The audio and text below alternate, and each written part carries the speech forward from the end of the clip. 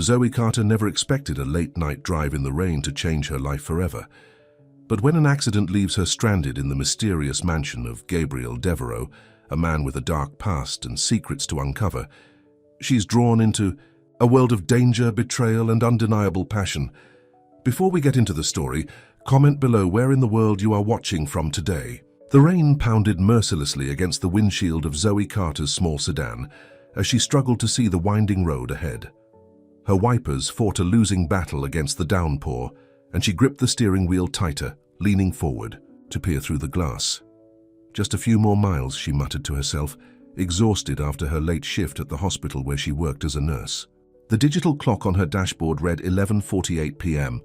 She should have been home an hour ago, but the emergency that came in just as she was leaving had kept her overtime. Again. Lightning cracked across the sky, illuminating the road for a split second. Zoe gasped as she saw a fallen tree branch directly in her path. She swerved instinctively, feeling the car hydroplane on the wet asphalt. Her heart hammered in her chest as she lost control, the world spinning around her in a blur of headlights and rain. The last thing she remembered was the sound of breaking glass and the strange, weightless feeling as her car rolled down the embankment toward the dark water below. And then, nothing. Warmth. That was the first sensation that registered in Zoe's mind as consciousness slowly returned. Soft warmth enveloping her body, so different from the cold, wet terror of her last memory. She tried to open her eyes, but her eyelids felt impossibly heavy. "She's waking up," a woman's voice said from somewhere nearby. Zoe fought against the fog in her mind, finally managing to crack her eyes open. The light was dim, but it still made her wince. As her vision cleared, she realized she was in a bedroom, an enormous bedroom with high ceilings and elegant furniture that looked like it belonged in a magazine. This wasn't a hospital. And it certainly wasn't her cramped apartment. "Where am I?" she croaked, her throat painfully dry. A middle-aged woman with a kind face and silver-streaked dark hair appeared at her bedside, holding a glass of water with a straw. "Easy now, dear," the woman said, helping Zoe take a sip. "You've had quite an ordeal." "The accident," Zoe whispered, fragments of memory flashing through her mind. "My car, the water. Mr. Devereaux found you and brought you here," the woman explained. "I'm Mrs. Hudson, the housekeeper. The doctor has been by to check on you. You have a concussion and some bruised ribs, but nothing's broken, thank goodness, Mr. Devereaux?" Zoe repeated, trying to place the name. "I don't understand. Why am I not in a hospital?" Mrs. Hudson's expression turned guarded. "The nearest hospital is over an hour away in this weather. Mr. Devereaux thought it best to bring you here where we could care for you immediately. He has a private doctor on call." Before Zoe could ask any more questions, the bedroom door opened. A tall man with broad shoulders stepped into the room, his presence immediately filling the space. He had dark hair, slightly graying at the temples, and a face that might have been handsome, if not for the stern set of his jaw and the coldness in his eyes. He looked to be around 40, dressed impeccably in a charcoal gray sweater and dark pants that screamed money. "You're awake," he said, his voice deep and detached. "Good. Are you Mr. Devereaux?" Zoe asked, trying to sit up. "Gabriel Devereaux." "Yes." He remained by the door, keeping his distance. "How are you feeling?" "Like I've been hit by a truck," Zoe admitted. Did you pull me from the car?" A flicker of something, discomfort perhaps, crossed his face. "I happened to be driving behind you. I saw the accident." "You saved my life," Zoe said, the realization sinking in. "Thank you." Gabriel shifted his weight, clearly uncomfortable, with her gratitude. "Anyone would have done the same. The storm has flooded the roads to town. You'll stay here until it's safe to travel." It wasn't a question or an offer. It was a statement of fact. "I need to call my sister," Zoe said suddenly, remembering that Lizzie would be worried sick. "She'll be wondering where I am." "Mrs. Hudson has taken care of it," Gabriel said. "Your phone was damaged in the accident, but we found your emergency contact in your wallet." "Oh," Zoe said, not sure whether to feel relieved or disturbed that these strangers had gone through her things. "Thank you." Gabriel nodded curtly. "Get some rest. Mrs. Hudson will bring you something to eat soon." Without another word, he turned and left the room, closing the door behind him. Zoe stared after him, bewildered by his abrupt manner. "Is he always like that?" she asked Mrs. Hudson. The housekeeper's expression softened. "Mr. Devereux is private. He doesn't entertain guests often." "Often try never," came a new voice. A young woman about Zoe's age walked in, carrying a tray with soup and bread. She had bright red hair pulled into a ponytail and a friendly smile. "I'm Maggie, the cook's assistant. And you, my friend, are the first visitor we've had in this mausoleum in over 3 years." "Maggie," Mrs. Hudson scolded, but there was no real heat behind it. "Don't listen to her, Miss Carter. Mr. Devereux simply values his privacy." "Why?" Zoe couldn't help asking. "What's he hiding from?" The two women exchanged a look that spoke volumes. "That's not our story to tell," Mrs. Hudson said finally. "Now, you should eat something and then rest. Doctor's orders." 3 days passed, and Zoe grew stronger. The storm had finally subsided, but to her surprise, she found herself in no rush to leave. There was something about this place, this magnificent, lonely mansion by the sea, that intrigued her. And there was something about its owner that intrigued her even more. Gabriel Devereux remained an enigma. He checked on her daily, his visits brief and formal. He asked about her health, ensured she had everything she needed, and then retreated back to whatever part of the massive house he occupied. Zoe had glimpsed him occasionally from her window, walking along the cliff edge, staring out at the ocean as if it held answers to questions she couldn't begin to guess. On the afternoon of the 4th day, Zoe felt well enough to explore. Mrs. Hudson had provided her with some clothes, simple things that fit well enough, and Zoe made her way carefully down the grand staircase to the main floor of the mansion. The house was even more impressive than she'd imagined. Soaring ceilings, walls of windows overlooking the ocean, artwork that probably cost more than she'd make in a lifetime. But for all its grandeur, the house felt empty, unlived in, like a museum rather than a home. She found herself drawn to a set of double doors at the end of a long hallway. One door stood slightly ajar, and she could hear the faint sound of classical music from within. She hesitated, knowing she was probably intruding, but her curiosity won out. The room was a library, walls lined with bookshelves that reached to the ceiling. A fire crackled in a massive stone fireplace, and there, in a leather chair with his back to the door, sat Gabriel. She must have made some sound, because he turned suddenly, his expression shifting from surprise to something unreadable when he saw her. "Miss Carter," he said, setting aside the book he'd been reading. "You're up and about. Please call me Zoe," she said, stepping into the room. "And yes, I'm feeling much better, thanks to you and your staff." He waved away her gratitude. "Mrs. Hudson has done all the work. I've merely provided the space." "Still," Zoe insisted, moving closer, "not many people would have stopped on a night like that. Not many would have brought a stranger into their home." Gabriel's jaw tightened. "As I said, anyone would have done the same." "We both know that's not true," Zoe said softly. She took a seat in the chair opposite his, uninvited. "Why did you, Mr. Devereux?" "Gabriel," he corrected, a hint of irritation in his voice. "And I don't know what you're implying." "I'm not implying anything," Zoe said.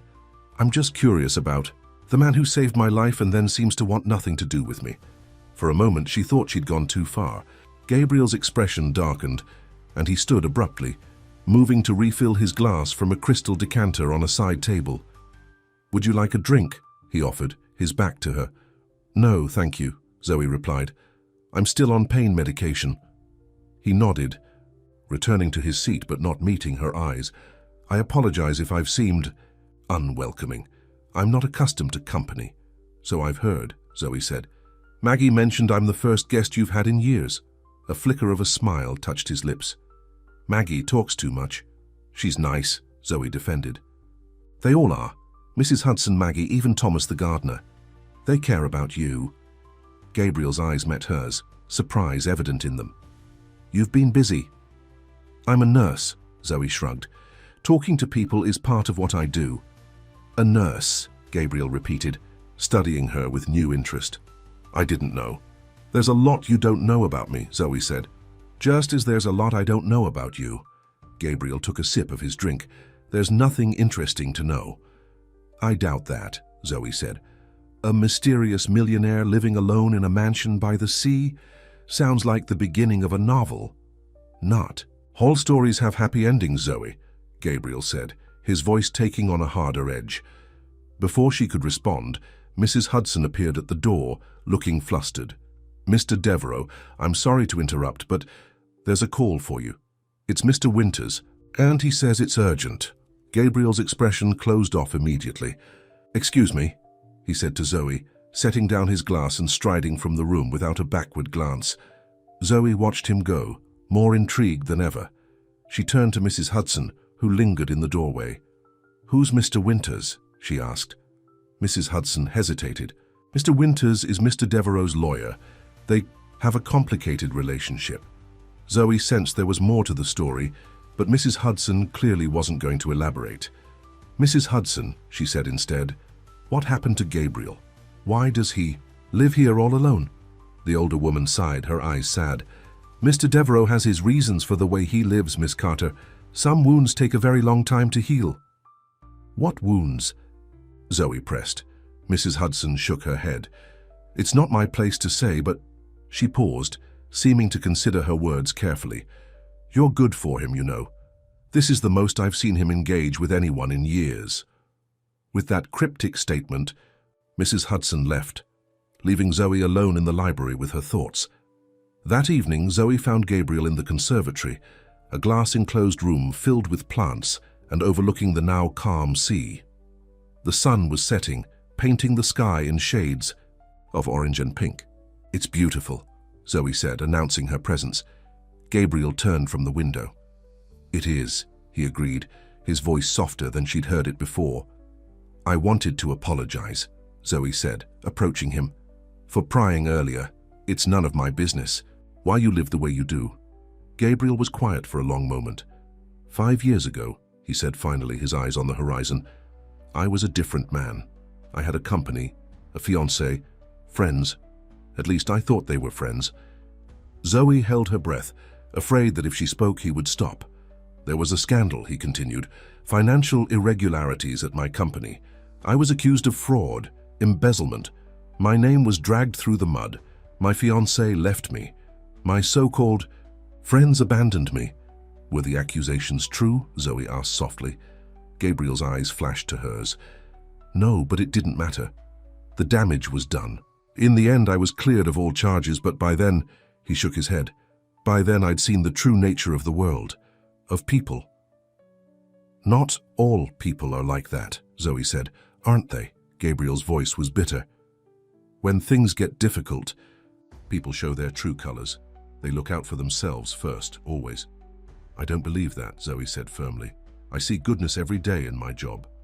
People caring for strangers, sacrificing for others. Like you, Gabriel said, studying her face. The nurse who works overtime for patients who probably never thank you. Zoe felt her cheeks warm under his gaze. I'm nothing special, I think. You might be, Gabriel said so quietly she almost didn't hear him. A knock at the door broke the moment. Maggie stood there looking uncomfortable. Dinner is served, Mr. Devereux. And, there's someone here to see you, Gabriel frowned. I'm not expecting anyone. It's Ms. Reynolds, Maggie said, her voice barely above a whisper. The change in Gabriel was immediate and alarming. His entire body tensed, his face hardening into a mask of cold fury. Tell her I'm not available, he said, his voice like ice. I tried, sir, but she's quite insistent. She says she won't leave until she speaks with you. Gabriel closed his eyes briefly, as if gathering strength. Very well. Show her to my study. I'll be there shortly. As Maggie hurried away, he turned to Zoe. I apologize, but I need to deal with this. Please enjoy your dinner. Who is Miss Reynolds? Zoe couldn't help asking. Gabriel's expression was grim. A ghost from the past. One I thought I'd exorcised. Long ago. As he strode from the room, Zoe felt a chill that had nothing to do with the evening air. Whoever this woman was, she clearly represented something painful from Gabriel's past. And Zoe couldn't shake the feeling that this unexpected visitor was about to change everything. Zoe tried to focus on her dinner, but her mind kept wandering to Gabriel and his mysterious visitor. She could hear raised voices from somewhere in the house, Not the words, but the tone. Anger, accusation, and beneath it all, pain. Unable to sit still any longer, Zoe abandoned her meal and followed the sound. It led her to a closed door at the end of a hallway she hadn't explored before. She knew she shouldn't eavesdrop, but something, concern, curiosity, or perhaps both, kept her there. "You have some nerve showing up here after all this time." Gabriel's voice came through the door, hard with controlled anger. "I had no choice," a woman replied, her voice smooth and cultured. "Things have changed, Gabriel. You can't hide from the world forever." "I'm not hiding. I simply choose not to participate in a society that thrives on destruction." The woman laughed, a sound without humor. Still so dramatic. "This isn't about you or your wounded pride. It's about your father's legacy." There was a long silence. When Gabriel spoke again, his voice was dangerously quiet. "My father is dead. His legacy died with him." "That's where you're wrong," the woman said. "The Devereaux Foundation still exists, and without leadership it's failing. The board wants you back, Gabriel. The same board that stood by and did nothing while my reputation was destroyed. They can go to hell. This isn't just about you," the woman snapped. "There are people who depend on the Foundation's work, real people with real needs. Are you going to let them suffer because of your pride?" Another silence, longer this time. "Why are you really here, Vivian?" Gabriel asked finally, his voice tired. "After 5 years of nothing. Why now?" Zoe leaned closer to the door, straining to hear the answer. "Because I made a mistake," Vivian said, her voice suddenly vulnerable. "Because I've regretted walking away every day since." "Don't." Gabriel's voice was sharp. "Don't pretend this is about us." "It's always been about us, Gabriel. You know that." Zoe felt her heart sink at the intimacy in the woman's tone. This must be the fiancé, she realized. The one who left him when things got tough. She was so lost in thought that she didn't notice the approaching footsteps until it was too late. The door swung open, and Zoe found herself face to face with one of the most beautiful women she had ever seen. Vivian Reynolds was tall and elegant, with sleek blonde hair and the kind of features that belonged on magazine covers. She wore a designer suit that probably cost more than Zoe's car, her old car anyway, and carried herself with the confidence of someone who had never been told no in her life. Her perfectly shaped eyebrows rose at the sight of Zoe. "Well," she said, looking Zoe up and down with cool assessment. "Who do we have here?" Gabriel appeared behind Vivian, his expression darkening when he saw Zoe. "This is Miss Carter," he said stiffly. "She's a guest." Vivian's red lips curved into a smile that didn't reach her eyes. "A guest? How unusual. I wasn't aware you entertained these days, Gabriel." "Zoe was in an accident," Gabriel explained, his tone making it clear he didn't owe Vivian any explanations. "I'm helping her recover." "How charitable of you," Vivian said, her gaze returning to Zoe with new interest. "And what exactly is your relationship with Gabriel, Miss Carter?" Before Zoe could answer, Gabriel cut in. "That's none of your concern, Vivian. Our discussion is over. I'll have Thomas show you out." Vivian's smile tightened. "This isn't over, Gabriel. You know as well as I do that you can't run forever." She turned to Zoe, extending a manicured hand. "Vivian Reynolds. I'm sure we'll meet again, Miss Carter." Zoe shook the offered hand, feeling distinctly outclassed. Zoe Carter. With a final assessing look, Vivian swept past them both, her heels clicking on the marble floor as she headed for the main entrance. As soon as she was out of earshot, Gabriel turned to Zoe, his expression thunderous. "Were you spying on me?" "No!" Zoe protested. "I mean, not intentionally. I heard voices and I was concerned." "My private conversations are not your concern," Gabriel said, his voice cold. "I've opened my home to you, but that doesn't give you the right to intrude on my personal matters." Zoe felt her cheeks burn with shame and a touch of anger. "I'm sorry, you're right, it won't happen again." She turned to leave, but Gabriel caught her arm, his touch surprisingly gentle despite his harsh words. "Zoe, wait." He sighed, running a hand through his hair. "I apologize. That was unfair of me." "No, you were right," Zoe said, still embarrassed. "I shouldn't have been listening at the door like some nosy teenager." Gabriel's expression softened slightly. "You caught me at a bad moment. Vivian has that effect on people. She's your ex? Zoe asked, though she already knew the answer. Gabriel nodded, releasing her arm. She left when things got difficult. Now she's back because she wants something. His face hardened again. That's how it always is. What does she want? Zoe asked. Gabriel hesitated, as if deciding how much to tell her. My father established a charitable foundation years ago. When he died, I took over as chairman. After the scandal, I stepped down. Now the foundation is struggling and the board wants me back. And you don't want to go, Zoe guessed. I left that world behind for a reason, Gabriel said. Nothing good comes from putting yourself in the public eye. Zoe considered him for a moment. So instead you hide away here, letting a foundation that could help people fall apart. Gabriel's eyes flashed with anger. You don't understand. Then help me understand, Zoe challenged, because from where I'm standing, it looks like you're letting your past hurt control your present. You have no right to judge me, Gabriel said, his voice low. You don't know what it was like.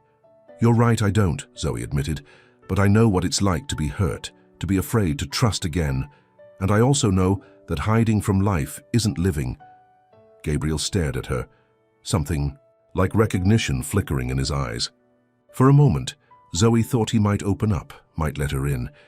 Instead, he stepped back, his walls firmly back in place.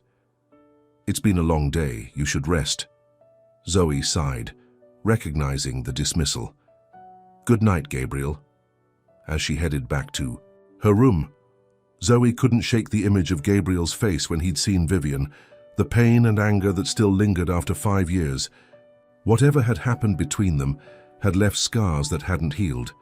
And now Zoe found herself caught in the middle of a story she didn't fully understand, drawn to a man who seemed determined to push everyone away, including her. The next morning, Zoe woke to find a note slipped under her door. The handwriting was bold and masculine. Zoe, I apologize for my behavior last night. If you're feeling up to it, I'd like to show you something. Meet me at the front door at 10 a.m., Gabriel. She checked the clock.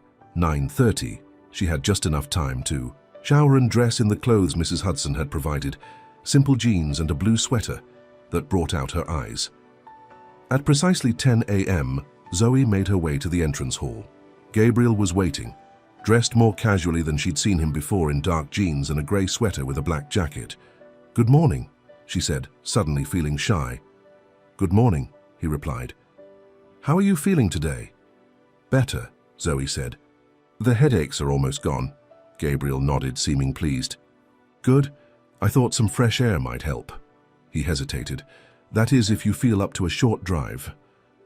I'd like that, Zoe said, surprised by the invitation. As they stepped outside, Zoe gasped softly.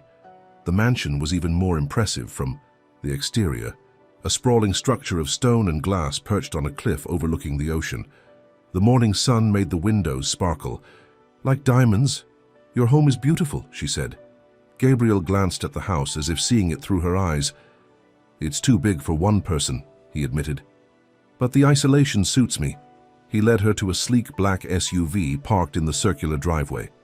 Always the gentleman. He opened the passenger door for her before getting in behind the wheel. They drove in comfortable silence for a while, following a coastal road that offered breathtaking views of the ocean. Zoe stole glances at Gabriel's profile as he drove, noticing how his expression seemed to relax the further they got from the mansion. Where are we going? She finally asked. Somewhere important to me, he replied cryptically.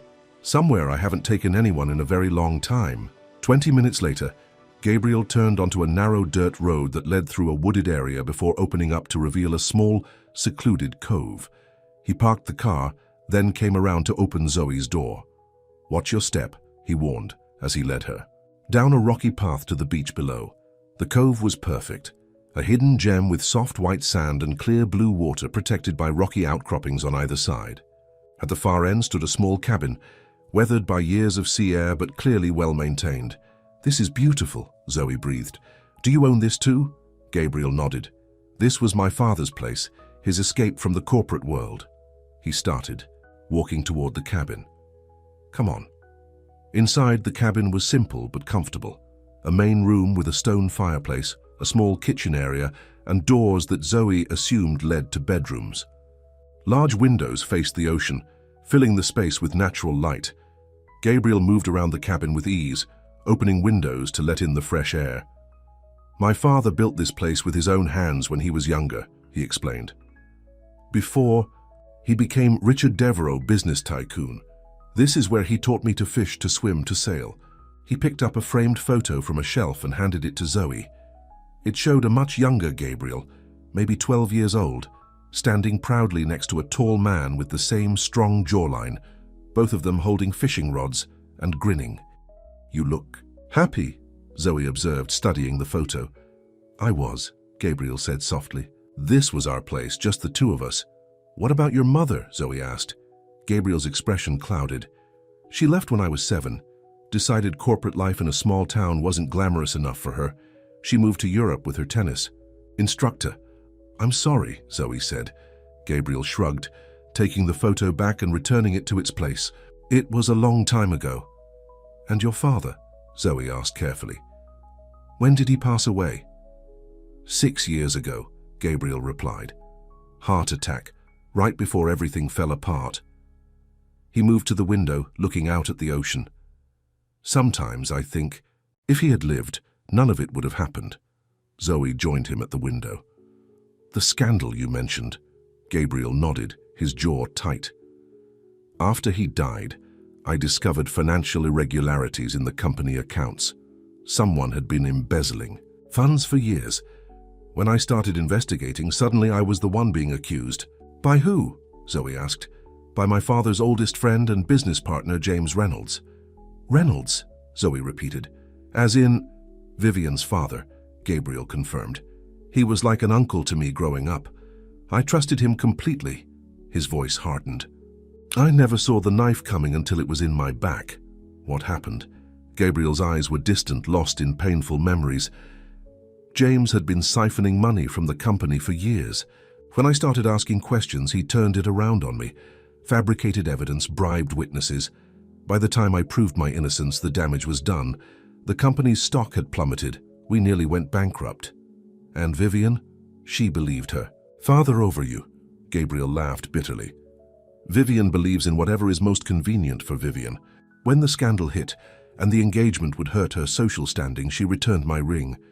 When I was cleared and managed to save the company, suddenly she had always believed in me." His voice dripped with sarcasm. "That's awful," Zoe said, genuinely horrified. "What happened to her father?" "James fled the country before he could be arrested. He's living in some non-extradition country now." Gabriel turned to face her. "I sold my controlling interest in the company, set up the foundation in my father's name, and walked away from it all. So that's why you're hiding out here," Zoe said, understanding dawning. "You were betrayed by the people closest to you."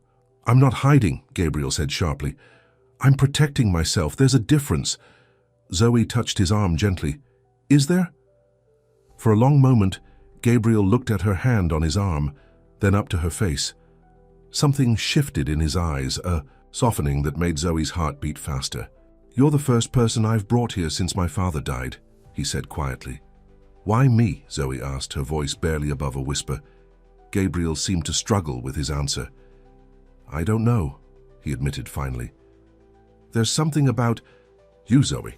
Something that makes me want to trust again, even though every instinct tells me not to." The moment hung between them, fragile and charged with unspoken feelings. Zoe found herself leaning slightly toward him, drawn by a force she couldn't explain. The shrill ring of Gabriel's phone shattered the moment. He stepped back, pulling the device from his pocket with a frown.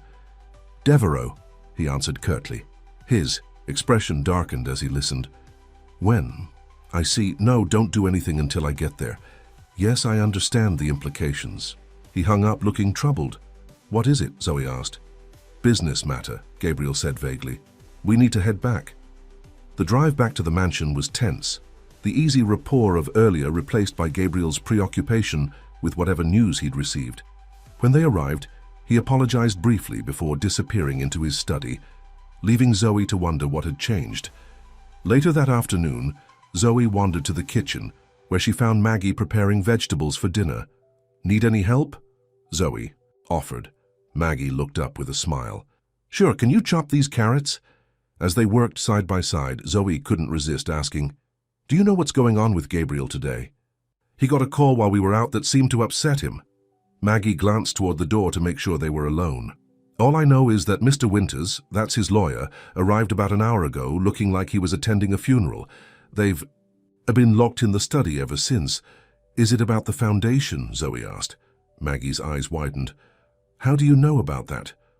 "I overheard Gabriel and Vivian talking about it last night," Zoe admitted. Maggie snorted. "That woman. You know she broke his heart, right? Left him the minute things got tough, then tried to come crawling back when he was cleared. He told—" "Tamis," Zoe said. "What's the deal with the foundation?" Maggie lowered her voice. "The Devereaux Foundation does amazing work, or it used to. Medical research, scholarships for underprivileged kids, disaster relief. After everything happened, Mr. Devereaux stepped down as chairman but remained the primary benefactor. But lately," she trailed off. "Lately what?" Zoe prompted. "Funds have been mismanaged," came Mrs. Hudson's voice from the doorway. Both women jumped, guilty expressions on their faces. The housekeeper sighed. "I suppose you have a right to know since you seem to be becoming important to Mr. Devereaux." "I wouldn't say that," Zoe protested, though her cheeks warmed. Mrs. Hudson gave her a knowing look. "He took you to the cove today.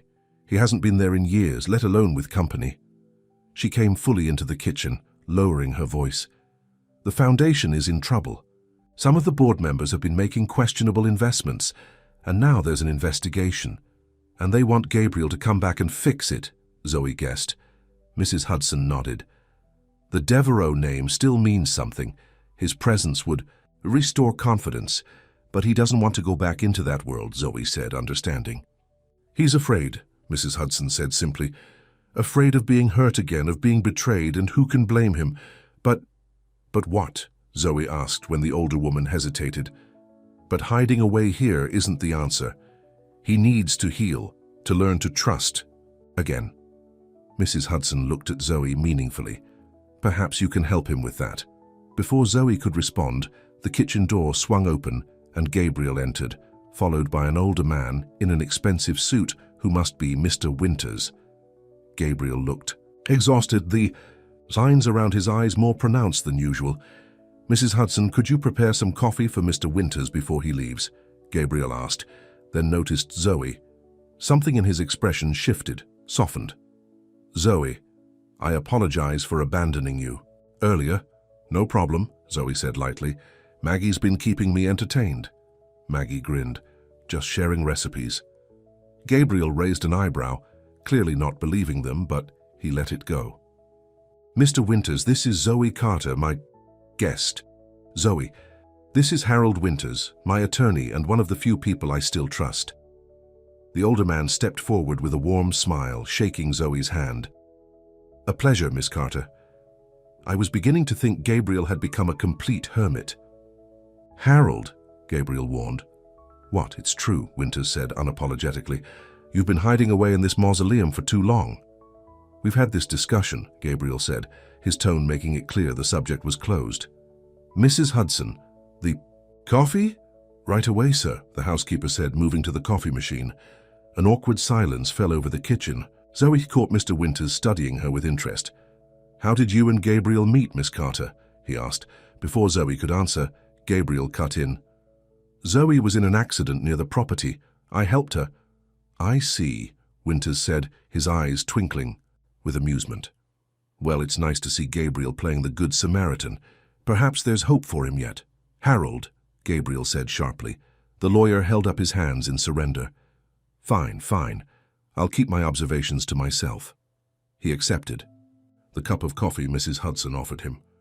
"But my advice stands, Gabriel. You can't run from this forever. The foundation needs you." Gabriel's jaw tightened. "The foundation survived without me before." "Barely," Winters countered. "And now with these new allegations—" "What allegations?" Zoe asked before she could stop herself. Both men looked at her, Gabriel with irritation and Winters with surprise. "Miss Carter," Winters said after a pause, How much do you know about the Devereaux Foundation? Not much, Zoe admitted. Just that it was started by Gabriel's father and does charitable work. Winters nodded. The foundation has always been above reproach, but recently certain board members have made decisions that have raised eyebrows. There are accusations of financial misconduct. Just like before, Zoe said, looking at Gabriel. Not exactly, Gabriel said. This time it's a matter of incompetence rather than malice, but the result is the same. The foundation's reputation is at risk. And Gabriel's presence would restore confidence, Winters added. The Devereaux name still carries weight. Even after everything that happened? Zoe asked. Especially after everything that happened, Winters said. Gabriel was exonerated completely. His handling of the crisis actually enhanced his reputation in business circles, even as he retreated from public life. Gabriel set down his cup with a sharp click. I think we've discussed this enough for one day. Harold, I'll consider your proposal and let you know my decision. Winters sighed but nodded. That's all I ask. He drained his coffee and set down the cup. I should be going. Miss Carter, it was a pleasure. I hope we meet again. After Winters left, an uncomfortable silence fell over the kitchen. Mrs. Hudson and Maggie busied themselves with dinner preparations, while Gabriel stood staring. Out the window, tension evident in every line of his body. I think I'll go rest before dinner, Zoe said, sensing he needed space. Gabriel turned, his expression softening slightly. Zoe, wait. Would you walk with me? I could use some fresh air. Surprised, Zoe nodded. Of course. They left through the kitchen door, following a path that led toward the cliff edge. The sun was beginning to set, painting the sky in brilliant hues of orange and pink. I apologize for all of that, Gabriel said, after they had walked in silence for several minutes.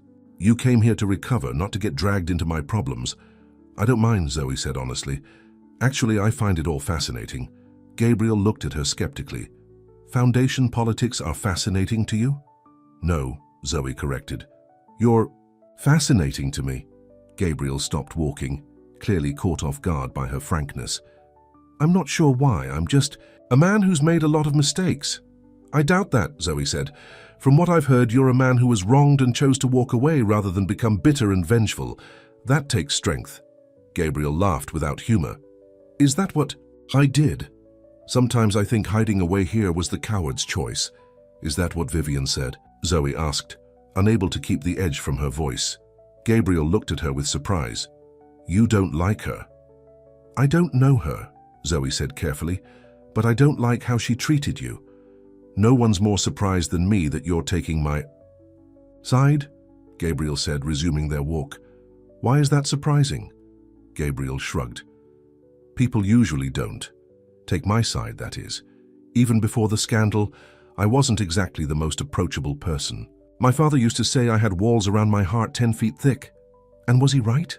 Zoe asked. Gabriel considered this. Maybe, but after what happened with Vivian and James, let's just say those walls got a lot higher. They reached a bench, positioned to face the ocean, and sat down. The setting sun cast a golden glow over Gabriel's features, softening them. What are you going to do about the foundation? Zoe asked. Gabriel sighed heavily. I don't know. Part of me wants to let it fail. Let them see what happens when they drive away the one person who truly cared about my father's legacy. But that's not really what you want, Zoe guessed. Gabriel looked at her, his eyes searching hers. What makes you think you know what I want? Because I see how much it pains you to even consider letting your father's foundation fail, Zoe said softly. You loved him. You want to honor his memory. Gabriel was quiet for a long moment, his gaze returning to the horizon. The foundation was everything to him. He believed in giving back, in using our privilege to help others. When I was a teenager, I used to resent how much time he spent on it. I didn't understand then. And now? Now I understand all too well, Gabriel said. But going back means facing the world again. Facing people who are all too ready to believe are the worst of me. And facing Vivian, Zoe added. Gabriel's jaw tightened. She's the least of my concerns. But Zoe wasn't convinced. The way he reacted to Vivian's presence suggested otherwise. Can I ask you something personal? She ventured. Gabriel gave her a wry look. You've been doing that since you got here. Zoe smiled. Fair point, but this is different. Did you love her? Vivian, I mean. Gabriel looked away, his profile rigid. I thought I did. Now I'm not so sure. What do you mean? I think I loved the idea of her, Gabriel admitted. The perfect power couple, the businessman and the socialite, it all looked right on paper. But, Zoe prompted, but when things got difficult, she showed her true colors. His voice hardened. She didn't just leave me, Zoe, she denounced me to the press, said she was shocked and horrified by my alleged crimes. That's terrible, Zoe said, genuinely appalled. That's Vivian, Gabriel said grimly, always protecting the Reynolds brand. When I was cleared, she tried to say it was all a misunderstanding, that she had always believed in me privately. But you didn't take her back, Zoe said. Gabriel's laugh was short and bitter. Would you? No, Zoe said immediately. I believe in loyalty. As do I, Gabriel said, looking at her with an intensity that made her heart skip. It's a rare quality, Zoe. Rarer than you might think. The moment stretched between them, charged with unspoken feelings. Zoe became acutely aware of how close they were sitting, of the warmth of his arm nearly touching hers. What about you? Gabriel asked suddenly. Have you ever been in love? The question caught Zoe off guard. Once, she admitted. Or I thought I was. What happened? Zoe stared out at the ocean, her own past rising up like the waves below. His name was David. We met in nursing school. He was charming, ambitious. We dated for 2 years, were engaged for 6 months, and, Gabriel prompted when she fell silent. And then my sister got sick, Zoe said simply. Leukemia. I took time off school to care for her. David didn't understand. He said I was throwing away my future, that Lizzie had our parents to help her. But you stayed with your sister, Gabriel. Guessed? Zoe nodded. She needed me. David gave me an ultimatum, him or her, so I gave back the ring. Gabriel was quiet for a moment. How is your sister now? A smile touched Zoe's lips. She's good. In remission for 3 years. She's actually getting married next month. I made the right choice, Gabriel said. I know, Zoe agreed, but it taught me something important. When someone shows you who they really are in a crisis, believe them. Gabriel studied her face, something like admiration in his eyes. You're stronger than you look, Zoe Carter. So are you, Gabriel Devereaux, she replied softly. The moment was broken by the distant sound of Mrs. Hudson calling them for dinner. As they stood to head back, Gabriel surprised Zoe by offering his hand to help her up. The simple contact sent a ripple of awareness through her. He didn't let go immediately, instead looking down at their joined hands with an expression of wonder, as if he'd forgotten what human touch felt like. Thank you, he said quietly. For what? Zoe asked. For listening. For not judging. His eyes met hers. For making me feel less alone. Before Zoe could respond, Gabriel released her hand and started back toward the house, leaving her to follow with a heart that suddenly felt too big for her chest. Dinner was a quiet affair, just the two of them in the formal dining room that could have seated 20. Gabriel seemed lost in thought, and Zoe was content to let him be, her own mind whirling with everything she'd learned. As they finished dessert, Mrs. Hudson's apple tart, Gabriel finally broke the silence. I've made a decision, he said, about the foundation. Zoe looked up expectantly. And? I'm going to go back, he said, his voice firm. Temporarily, at least. Long enough to sort out this mess and make sure my father's legacy is protected. I think that's the right choice, Zoe said, genuinely pleased. Gabriel nodded, his expression resolute. It won't be easy. The board has grown complacent in my absence. Some of them won't welcome my return. Like who? Zoe asked. Like Victor. Chambers, Gabriel said, a hint of steel in his voice. He was appointed after I left. He's also Vivian's current boyfriend. Zoe's eyebrows rose. That sounds complicated. It is, Gabriel agreed. Victor has been pushing investments that benefit his own companies. It's not technically illegal, but it's a clear conflict of interest. And you think he's responsible for the financial problems? Gabriel's eyes were hard. I know he is. The question is whether it's incompetence or something more deliberate. What does Vivian have to say about it? Zoe asked, trying to keep her voice neutral. Vivian claims she had no idea, Gabriel said, his tone making it clear he didn't believe. That for a second. But she's on my side now, of course. His voice dripped with sarcasm. Of course, Zoe echoed. So what happens now? I'll go to the city tomorrow, Gabriel said. Meet with the board, review the financial records, start getting things back on track. Something cold settled in Zoe's stomach. You're leaving? Gabriel looked at her, something complicated happening behind his eyes. I'll be back in a few days. I own an apartment in the city that I've kept, even though I rarely use it. See? Zoe said, trying to hide her disappointment. Well, I should probably start thinking about getting back to my own life anyway. I'm sure my boss is wondering when I'll be back at work. Actually, Gabriel said, hesitating slightly, I was hoping you might consider coming with me. Zoe's heart skipped a beat. To the city? Gabriel nodded.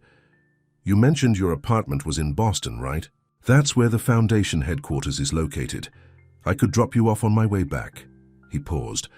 Or if you're interested, I could use someone I trust at these board meetings. Someone who sees people clearly. You trust me? Zoe asked. Surprised, Gabriel's expression turned serious. I do. I can't explain it, but I do. Zoe felt warmth spreading through her chest. I'd be happy to help, but I'm not sure how useful I'd be. I don't know anything about running a foundation. You know people, Gabriel said simply. You read them well. That's a skill I've never mastered. I don't know what to say, Zoe admitted. Say yes, Gabriel urged, a rare smile lifting the corners of his mouth. Besides, I'm not quite ready to say goodbye to you yet, Zoe Carter. The warmth in his eyes made Zoe's breath catch.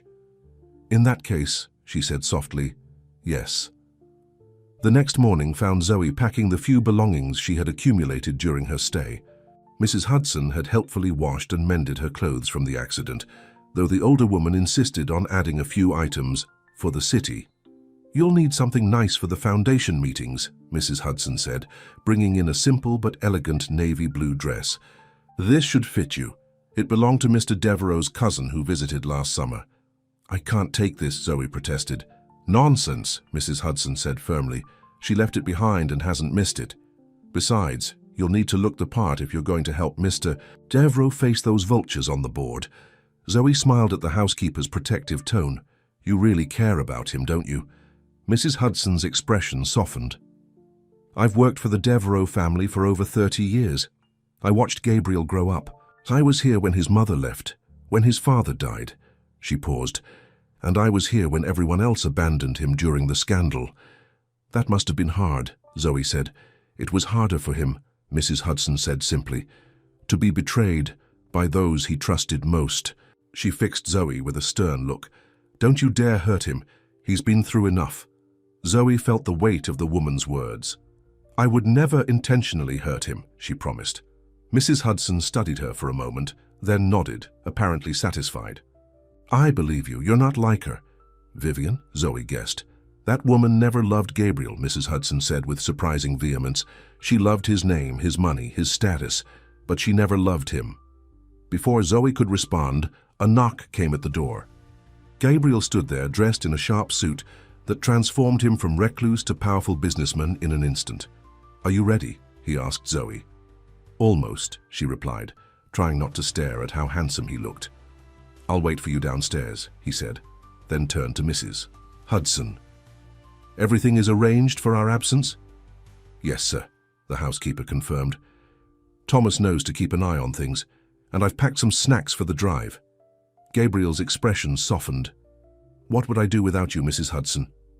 Let's hope you never have to find out, she replied with a small smile. After he left, Mrs. Hudson helped Zoe finish packing.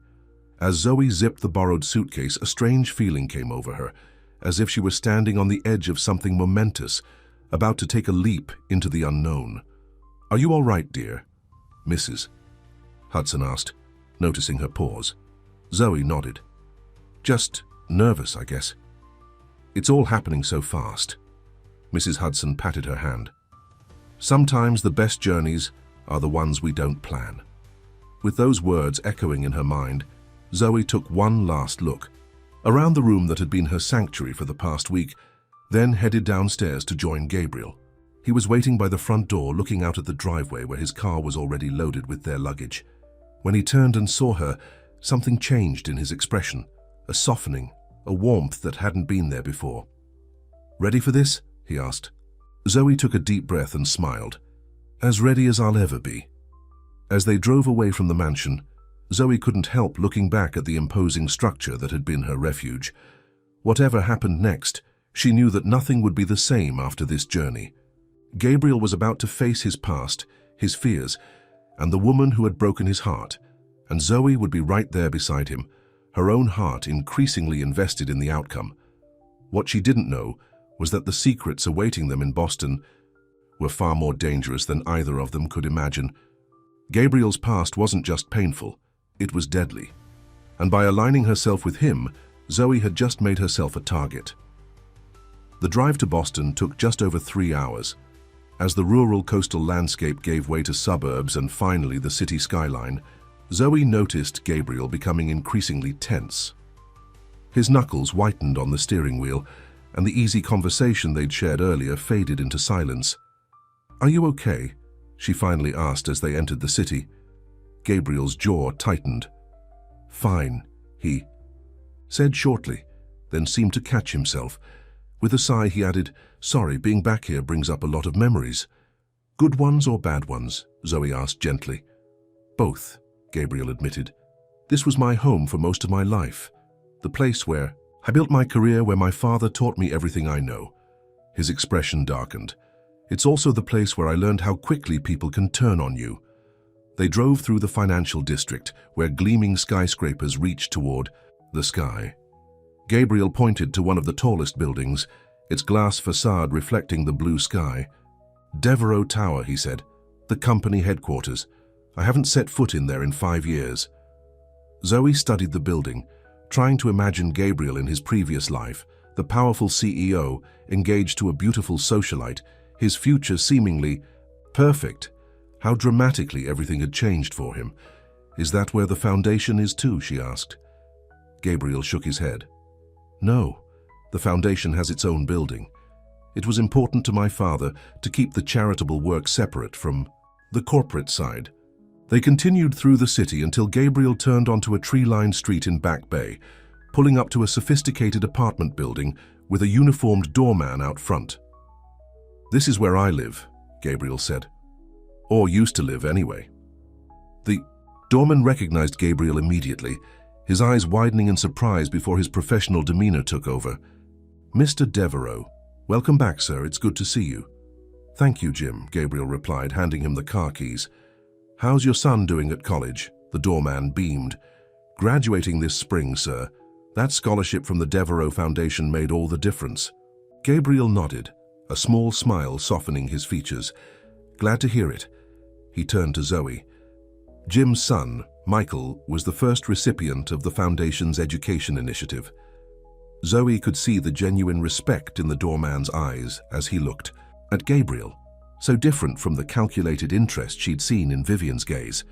Inside, the apartment was exactly what Zoe might have expected, spacious and elegant, with floor-to-ceiling windows overlooking the city.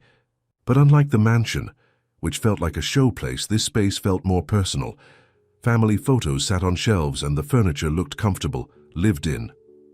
"Your home is lovely," Zoe said, taking it all in. "It was," Gabriel corrected, setting down their bags. "I haven't spent more than a night or two here in years. I keep meaning to sell it, but..." He trailed off, looking around with an expression that was hard to read. "But it's hard to let go," Zoe finished for him. Gabriel looked at her, something like surprise in his eyes. "Yes," he said simply. "It is." He showed her to the guest room, a beautiful space with its own bathroom and a view of the park across the street. "Make yourself comfortable," he said. "I need to call Winters and let him know we've arrived." The first board meeting is tomorrow morning. After he left, Zoe unpacked her few belongings and then wandered back to the living room, drawn to the family photos she'd noticed earlier. Most showed Gabriel with his father, fishing trips, graduation, formal business events. In all of them, the affection between father and son was evident. One photo caught her attention. A much younger Gabriel, perhaps in his early 20s, standing with his arm around a young woman who was definitely not Vivian. They were both laughing, looking carefree and happy. "That's Rebecca." Gabriel's voice came from behind her, startling Zoe. "My college girlfriend." "She's beautiful," Zoe said, studying the woman's open, friendly face. "She was," Gabriel agreed, his voice softening with memory. "Inside and out." "What happened between you?" Zoe asked, then quickly added, "If you don't mind me asking." Gabriel moved to stand beside her, looking at the photo with a wistful expression. "She died. Car accident our senior year." He took a deep breath. "After that, I threw myself into work. It was years before I dated anyone seriously again." "I'm so sorry," Zoe said, her heart aching for him. Another loss in a life that seemed marked by them. Gabriel carefully returned the frame to its place. It was a long time ago. He glanced at his watch. "Are you hungry? I thought we could order in. I'm not up for facing the restaurant scene just yet." "Ordering in sounds perfect," Zoe agreed, understanding his reluctance to be seen in public. They settled on Chinese food, eating at the kitchen counter while Gabriel briefed Zoe on what to expect at tomorrow's meeting. "The foundation board has 12 members," he explained. "Most were appointed by my father, though a few are newer. Victor Chambers is the current acting chairman. He's also, as I mentioned, Vivian's latest conquest." "What's he like?" Zoe asked. Gabriel's expression hardened. "Ambitious, ruthless, the kind of man who views charity as a networking opportunity rather than a calling." He took a sip of his water. "My attorney has been looking into the foundation's recent activities. Several investments Victor pushed through have lost significant money, while coincidentally benefiting companies he has ties to." "That sounds suspicious," Zoe observed. "It is," Gabriel agreed grimly.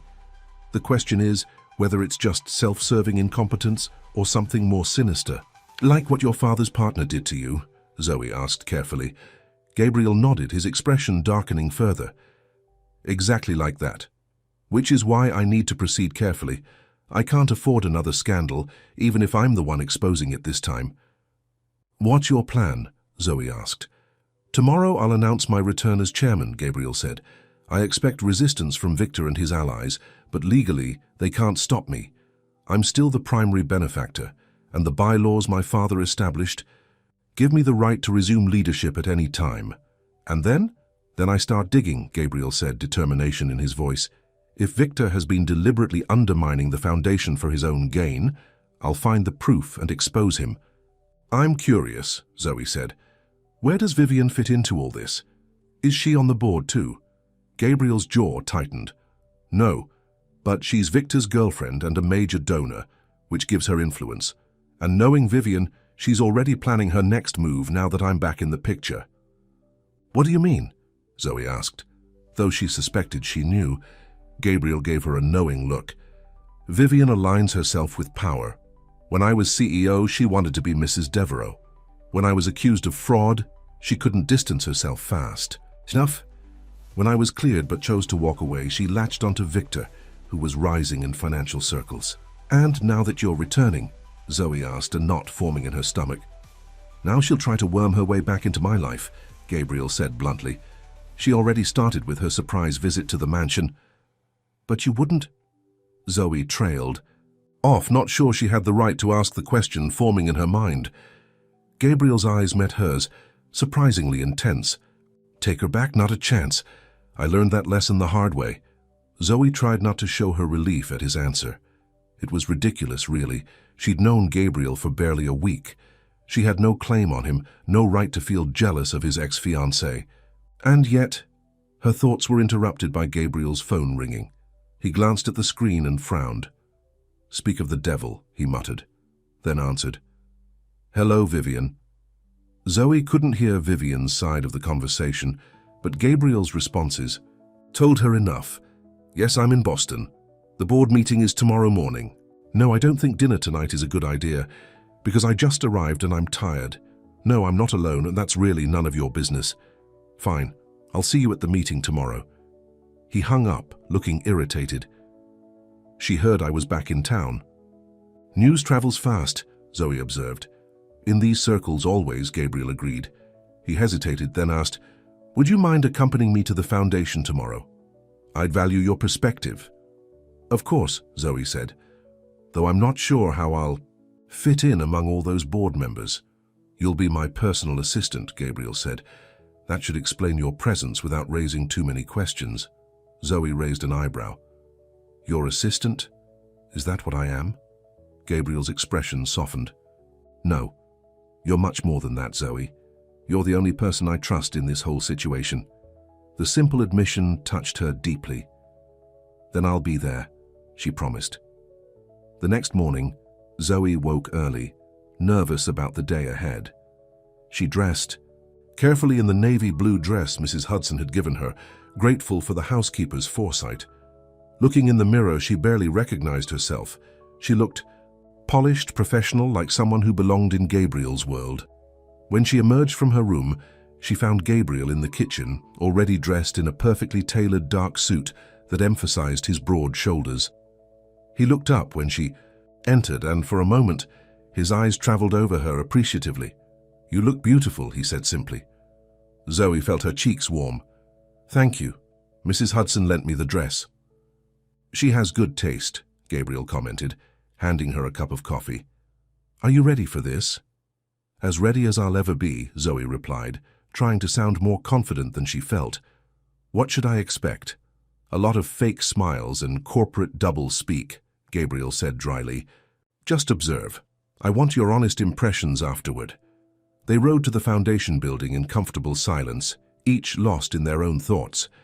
The Devereaux Foundation headquarters was an impressive stone building in the heart of this city, its entrance marked by a simple but elegant sign. As they walked in, the receptionist's eyes widened in recognition. Mr. Devereaux, we weren't expecting— That is, I didn't know. It's all right, Melanie, Gabriel said with a small smile. I should have called ahead. Is the board assembled? Yes, sir, she replied, clearly flustered. They're in the main conference room. Mr. Chambers is leading the quarterly review. Perfect timing, Gabriel said. He gestured to Zoe. This is Miss Carter, my assistant. She'll be accompanying me. Melanie nodded, giving Zoe a curious look. Of course, sir. Shall I announce you? No, Gabriel said, a hint of steel in his voice. I think I'll announce myself. As they walked through the building, Zoe noticed how the employees they passed reacted to Gabriel. With surprise, certainly, but also with what appeared to be genuine respect and even excitement. Whatever had happened 5 years ago, it seemed the staff still held him in high regard. They reached a set of double doors, from beyond which Zoe could hear a man's voice droning on about investment portfolios. Gabriel paused, taking a deep breath. Ready? Zoe asked softly. Gabriel nodded, his expression resolute. Stay close, he said, then pushed open the doors. The reaction was immediate. The man speaking, a sleek, polished executive type who Zoe guessed was Victor Chambers, stopped mid-sentence, his mouth actually dropping open in shock. Around the large conference table, 11 other board members turned in unison, expressions ranging from surprise to alarm to, in a few cases, undisguised delight. Gabriel! Exclaimed an older woman, rising from her seat. My goodness! Hello, Dr. Chen, Gabriel said warmly. It's good to see you again. Victor Chambers recovered quickly, his expression smoothing into a practiced smile that didn't reach his eyes. Gabriel, he said, his voice carefully modulated, this is unexpected. We had no idea you were coming. That was the idea, Gabriel replied coolly. His gaze swept the room, taking in each face. Please, don't let me interrupt. You were discussing the Foundation's investment portfolio? An uncomfortable silence fell over the room. Victor cleared his throat. Yes, well, perhaps we should take a brief recess in light of your arrival. Not necessary, Gabriel said, moving to an empty chair at the head of the table, a symbolic position that wasn't lost on anyone in the room. "I'm curious to hear how those tech startups you invested in are performing. The ones you were so confident about at the last meeting I attended." Victor's smile tightened. "As I was just explaining, the market has been volatile. Some investments have underperformed, but that's to be expected in any diversified portfolio. 40% losses are not underperforming," said an older man with wire-rimmed glasses. "They're a disaster." "Thank you, George," Victor said through gritted teeth. "As always, your input is direct." Gabriel gestured for Zoe to take the empty seat beside him. "Allow me to introduce Zoe Carter, my assistant," he said to the room at large. "She'll be helping me review the Foundation's current status." The board members murmured greetings, most looking at Zoe with undisguised curiosity. Gabriel then turned to Victor. "Please continue," he said pleasantly. "I'm particularly interested in the performance of Nexus Technologies. Wasn't that your recommendation?" "Victor." Victor's jaw tightened almost imperceptibly. "It was. Unfortunately, their new product line failed to meet market expectations." "Interesting," Gabriel said mildly. "Especially since you sit on their board of directors. One might have expected better inside information." A tense silence fell over the room. Victor's smile was now decidedly strained. "I assure you, Gabriel, all of my recommendations have been made with the Foundation's best interests in mind." "I'm sure they have," Gabriel replied, his tone making it clear he believed nothing of the sort. "Now, I believe you were reviewing the quarterly numbers?" For the next hour, Zoe watched as Gabriel systematically dismantled Victor's presentation, asking pointed questions about every questionable investment, every financial decision that had led to the Foundation's current troubles. The other board members seemed divided, some clearly supporting Victor, others appearing relieved that Gabriel was back and calling out the problems. Throughout it all, Zoe observed, taking mental notes on the dynamics. Dr. Chen, the older woman, who had greeted Gabriel so warmly, was clearly an ally. So was George, the direct-speaking man with the glasses. A few others seemed open to Gabriel's return, while 3 or 4 were firmly in Victor's camp, their expressions growing increasingly uncomfortable as Gabriel continued his pointed questioning. Just as the tension in the room reached a breaking point, the doors opened and Vivian Reynolds swept in, looking impeccable in a designer suit that probably cost more than Zoe's monthly salary. "Sorry I'm late, darling," she said to Victor, then pretended to notice Gabriel for the first time. "Gabriel, I heard you were back in town. How lovely to see you." She bent to kiss his cheek, but Gabriel leaned away slightly, making the gesture fall awkwardly short. "Vivian," he acknowledged coolly, "I wasn't aware you attended board meetings." "Oh, I don't usually," Vivian said with a practiced laugh. "But when I heard you were back, I just had to come and see for myself." Her gaze shifted to Zoe, sharpening with interest. "And you brought your nurse with you, how sweet." Zoe felt rather than saw Gabriel stiffen beside her. "Miss Carter is my assistant," he corrected, his voice even but with an edge of steel. "And yes, she was also the person I helped after her accident. Not that it's relevant to this meeting." Victor cleared his throat. "Perhaps we should take that break now," he suggested. "It's nearly lunchtime anyway." "Excellent idea," Vivian agreed before Gabriel could object. "Gabriel, you must join us for lunch. There's so much to catch up on." Gabriel glanced at Zoe, a silent question in his eyes. She gave him a small nod. "Thank you," Gabriel said, "but I have other plans, perhaps another day." He stood, addressing the board. "I'll expect complete files on all Foundation activities for the past 2 years delivered to my apartment by this evening. The next board meeting will be Thursday morning, where I'll present my plan for moving forward." "Moving forward," Victor repeated, his tone carefully neutral. "In what capacity, exactly?" Gabriel's expression was impassive. "As chairman of the board, of course, as provided for in the Foundation's bylaws." A murmur went around the table. Victor's face flushed slightly. "That's quite a decision to spring on everyone. Perhaps we should discuss this privately." "There's nothing to discuss," Gabriel said firmly. "The decision is made. I'm resuming my role as chairman, effective immediately." With that bombshell dropped, Gabriel turned to leave, gesturing for Zoe to follow. As they walked out, Zoe could feel Vivian's eyes boring into her back, cold and calculating. Once they were safely in the elevator, Gabriel let out a long breath. "Well, that went about as expected."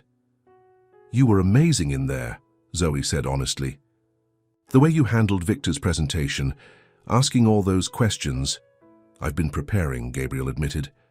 "Winters has been feeding me information for months. I just needed the right moment to make my move." "And Vivian's appearance?" Zoe asked. "Was that part of the plan too?" Gabriel's expression darkened. "Hardly. Though I'm not surprised she showed up. Vivian has a sixth sense for power shifts." They exited the building and walked toward a small park across the street. Finding an empty bench, they sat, Gabriel loosening his tie slightly. "So," he said, turning to Zoe, "what did you think?" "First, impressions?" Zoe considered the question carefully. "Dr. Chen and George are firmly on your side. There were 3 or 4 others who seemed relieved you're back. The rest are either loyal to Victor or waiting to see which way the wind blows." Gabriel nodded, looking impressed. "That matches my assessment exactly." "Victor is worried," Zoe continued. "Really worried. The way he kept glancing at his phone during the meeting, how quickly he tried to end things when you started asking about specific investments. He's hiding something," Gabriel agreed. "Something bigger than just a few bad investment choices." "And Vivian?" Zoe hesitated. "Yes?" Gabriel prompted. "Don't hold back. I want your honest opinion." "She's playing both sides," Zoe said bluntly. "The way she came in, greeting Victor first, but then immediately trying to establish a connection with you. She's hedging her bets, waiting to see who comes out on top." A small, appreciative smile touched Gabriel's lips. "You're very perceptive, Zoe Carter." "I told you," she said with a slight shrug. "I read people. It's part of being a nurse." "It's more than that," Gabriel countered. "You see beyond the surface. It's a rare quality." He paused, his expression turning serious. "Thank you for being here. It helps, having someone I can trust." The simple sincerity in his voice touched Zoe deeply. "I'm glad I could help." They sat in comfortable silence for a moment, watching the world go by. Finally, Gabriel asked, "Are you hungry? There's a little cafe around the corner that makes amazing sandwiches." "Sounds perfect," Zoe replied, standing. "But won't you be recognized?" Gabriel shrugged. "Probably, but I can't hide forever. Besides," he added with a hint of a smile, "I want to show you a bit of my world while you're here." As they walked together, Zoe was acutely aware of the change in Gabriel since they'd left the mansion. Here, in his element, he moved with a confidence and authority that was both impressive and slightly intimidating. This was the man he had been before the scandal, powerful, commanding, at ease in the city that had once been his domain.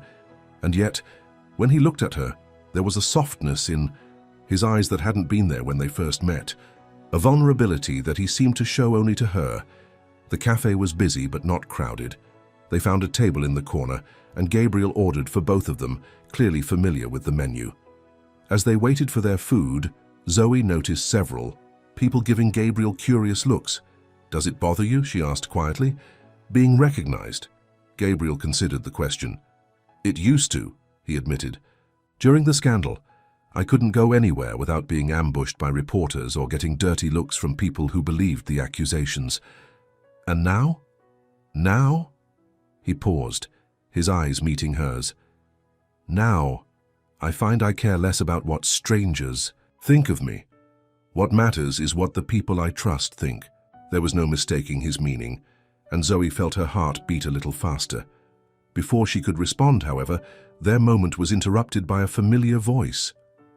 "Gabriel Devereaux. I thought that was you." They looked up to see Vivian approaching. Their table, a calculating smile on her perfect face.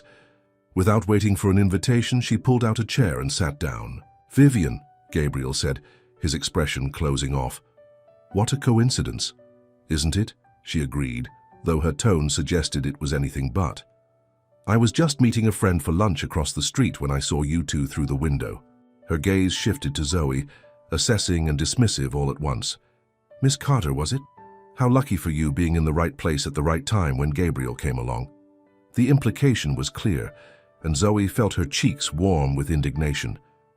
Before she could respond, Gabriel cut in. Zoe has been invaluable to me, Vivian. Her perspective is refreshingly honest, something I've learned to appreciate. Vivian's smile didn't falter, but something cold flashed in her eyes. I'm sure it is. She turned her attention back to Gabriel. Victor is quite upset, you know. He feels your return is premature. Does he? Gabriel replied, his tone neutral. How unfortunate for him.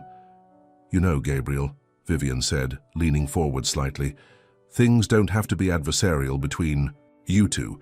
Victor has done his best with the foundation. The market has been difficult. The market hasn't been that difficult, Gabriel countered, and Victor's best seems to have benefited his own companies quite nicely while depleting the foundation's resources. Vivian waved a dismissive hand. Business is complicated. Surely you, of all people, understand that. I understand the difference between bad luck and deliberate mismanagement, Gabriel said coldly. And I'm beginning to see which category Victor's decisions fall into. Vivian's expression hardened. Be careful, Gabriel. You're making accusations you can't support. Not yet, Gabriel agreed. But I will. The files I requested should be quite illuminating. For the briefest moment, something like worry crossed Vivian's perfect features before her mask slipped back into place. Always so suspicious, she said with a forced laugh. Some things never change. And some people never change, Gabriel countered. Like how you always show up when you think there's something to gain. That's not fair, Vivian protested. But the denial lacked conviction, isn't it? Gabriel asked. Tell me, Vivian, would you be sitting here now if I hadn't just reclaimed the chairmanship of the foundation? If I were still living as a recluse by the sea? Vivian's eyes narrowed. You're different, she said, ignoring his question. Harder. Colder. I wonder why that might be, Gabriel replied dryly. A tense silence fell over the table. Zoe, feeling increasingly uncomfortable, decided to speak up. I think your food is getting cold, she said to Vivian, nodding toward the cafe across the street where a waiter could be seen looking around, presumably for his missing customer. Vivian shot her an irritated glance but stood. We'll talk more. Soon, Gabriel, she said, her tone making it clear she wasn't giving up. There's so much you don't understand about what's been happening. After she left, Gabriel let out a long breath. I apologize for that. Not your fault, Zoe assured him. She's persistent. That's one word for it, Gabriel said wryly. He studied Zoe's face. Are you okay? Vivian can be cutting. I'm fine, Zoe said, though the woman's insinuations had stung. She clearly still has feelings for you. Gabriel laughed, the sound short and without humor. Vivian has feelings, for what I represent. Power, money, status. She's never loved me. I'm not sure she's capable of loving anyone but herself. Their sandwiches arrived, temporarily halting the conversation. As they ate, Zoe couldn't help pondering Vivian's visit. Something about it bothered her, beyond the obvious tension. Gabriel, she said slowly, do you think Vivian knew something about those files you requested? She seemed worried when you mentioned them. Gabriel's eyes sharpened with interest. You caught that too? Yes, I think she did, which makes me even more eager to see what's in them. Do you think Victor has been doing the same thing your father's partner did? Zoe asked. Embezzling from the foundation? Gabriel's expression turned grim. It's possible. The pattern is similar. Questionable investments, significant losses, benefits flowing to related parties. But I need proof, solid proof, before I make any accusations. I won't make the same mistake my father's partner made with me. What do we do now? Zoe asked. Gabriel smiled slightly at her use of we. Now we wait for the files, and tonight we start digging. They spent the afternoon exploring the city, Gabriel showing Zoe places that were important to him, his old university, the park where he used to run every morning, the restaurant where he'd celebrated his first big business deal. It was the most relaxed Zoe had seen him since they left the mansion, as if sharing these pieces of his past with her was somehow healing something inside him. He told stories about his father, about growing up as the heir to the Devereaux Empire, about the dreams he'd once had for the future. And now? Zoe asked, as they sat on a bench overlooking the harbor. What are your dreams now? Gabriel seemed startled by the question, as if no one had asked him that in a very long time. "I'm not sure," he admitted. "For the past 5 years I've been existing, not living, going through the motions." "Until now," Zoe pointed out. He looked at her, his eyes intense. "Until now," he agreed quietly. The moment was broken by the ringing of Gabriel's phone. It was his attorney, Winters, calling to let him know the foundation files had been delivered to his apartment. "We should head back," Gabriel said after hanging up. "It's going to be a long night of reading through financial statements." Back at the apartment, they found several boxes of files waiting for them. Gabriel changed into more comfortable clothes, jeans and a simple button-down shirt that somehow made him look more approachable, more human. They ordered pizza and set up shop in the living room, spreading papers across the coffee table and floor. "What exactly are we looking for?"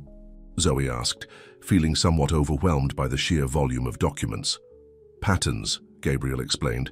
"Investments that failed but benefited companies connected to Victor. Unusual transactions. Anything that doesn't add up." They worked in companionable silence for hours, occasionally sharing findings or asking questions.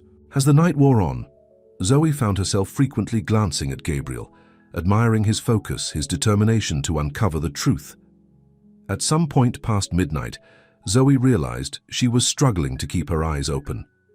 Gabriel noticed and smiled. "Gently, go to bed," he urged. "You've done more than enough for today." "What about you?" Zoe asked, stifling a yawn. "I'll keep going a bit longer," he said. "I think I'm onto something with these tech investments." Reluctantly, Zoe agreed, knowing she was too tired to be of much help. As she headed to her room, she paused in the doorway, looking back at Gabriel surrounded by papers, his expression intent as he followed the trail of numbers and transactions. In that moment, she realized something that both thrilled and terrified her. She was falling in love with Gabriel Devereaux. Not the reclusive millionaire who had rescued her, not the powerful businessman who commanded respect in boardrooms, but the man beneath all of that, the man who carried such pain, but still fought for what was right, who had been hurt deeply, but was still capable of kindness. The realization kept her awake longer than her exhaustion should have allowed, her mind racing with questions. What would happen when all this was over? When Gabriel had dealt with the foundation problems, would he retreat back to his isolated mansion? And where would that leave her? Eventually, sleep claimed her, but her dreams were troubled, filled with images of Vivian's cold smile and Gabriel walking away, back to his solitary existence by the sea. Zoe woke the next morning to the smell of coffee. Making her way to the kitchen, she found Gabriel already dressed and busy at his laptop. "Good morning," he said, looking up with a smile that made her heart skip. "Sleep well?" "Well enough," Zoe replied, accepting the cup of coffee he offered. "Did you make any progress after I went to bed?" Gabriel's expression turned serious. "I did, and I think my suspicions were right. Victor hasn't just been making bad investments. He's been deliberately channeling foundation money into his own ventures, most of which have failed spectacularly." "Can you prove it?" Zoe asked. "Not conclusively, not yet," Gabriel admitted. "But I found something interesting." He turned his laptop toward her, showing a spreadsheet. "Look at these transactions. All investments in companies that appear unrelated on the surface, but when you dig deeper, they're all connected to Victor," Zoe guessed. Gabriel nodded grimly. "Through shell companies and holding corporations. He's gone to great lengths to hide his involvement, but the pattern is there if you know where to look." "So what's the next step?" Zoe asked. "I need access to the Foundation's secure servers," Gabriel said. "The paper trail only tells part of the story. The digital records will have the rest." "And how do you get that access?" Gabriel's expression was determined. "I go back to the Foundation offices today.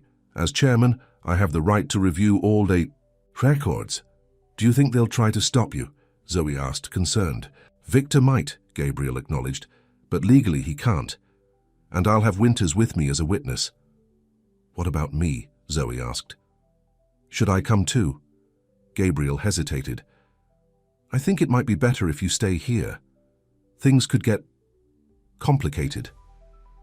Zoe felt a pang of disappointment, but she understood his reasoning.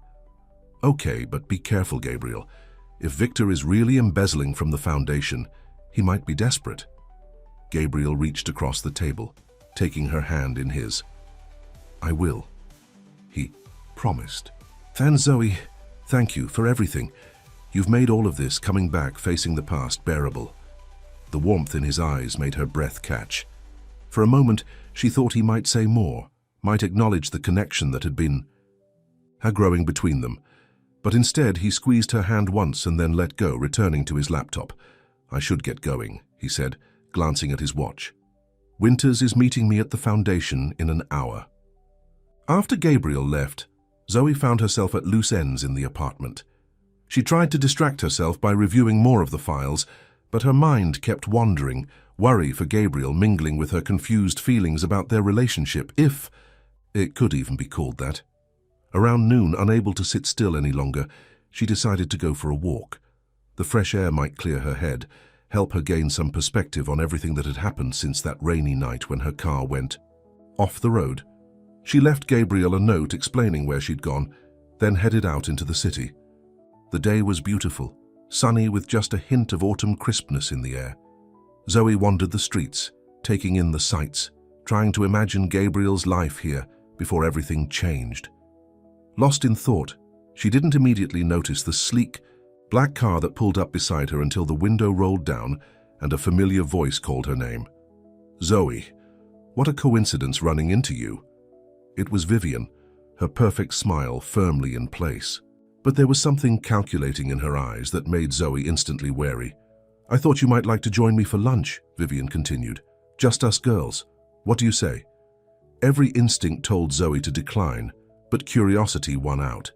Perhaps this was an opportunity to learn more about Gabriel's past, about what was really happening with the foundation.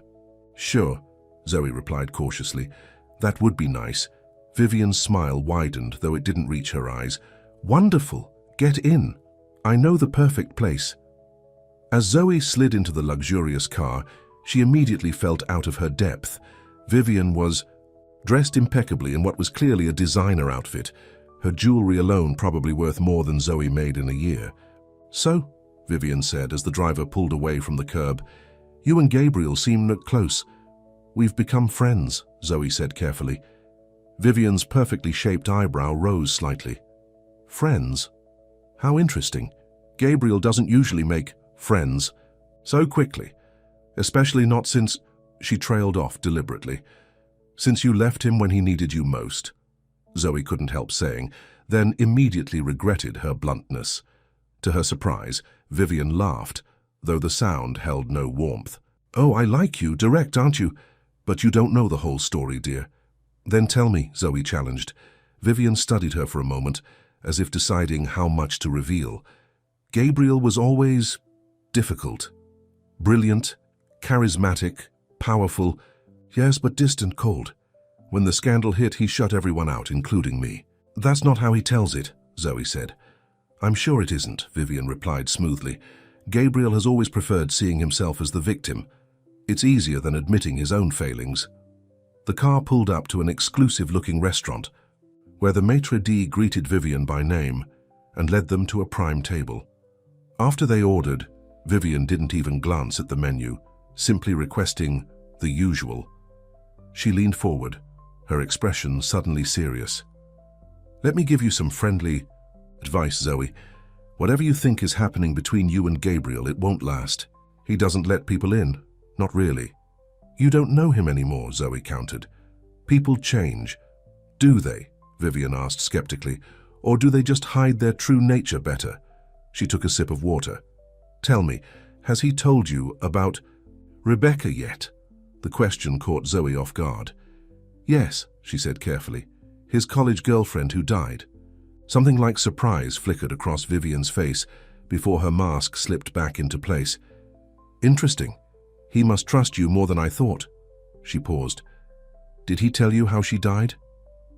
"A car accident," Zoe replied, suddenly uncertain. "Yes, but did he tell you he was driving?" Vivian asked, her voice dropping to a near whisper. "That he had been drinking? That the official report was changed to protect the Devereaux name?" Zoe felt as if the air had been sucked from her lungs. "You're lying," she said, though a seed of doubt had been planted. Vivian shrugged elegantly. Believe what you want, but ask yourself why Gabriel really retreated from the world.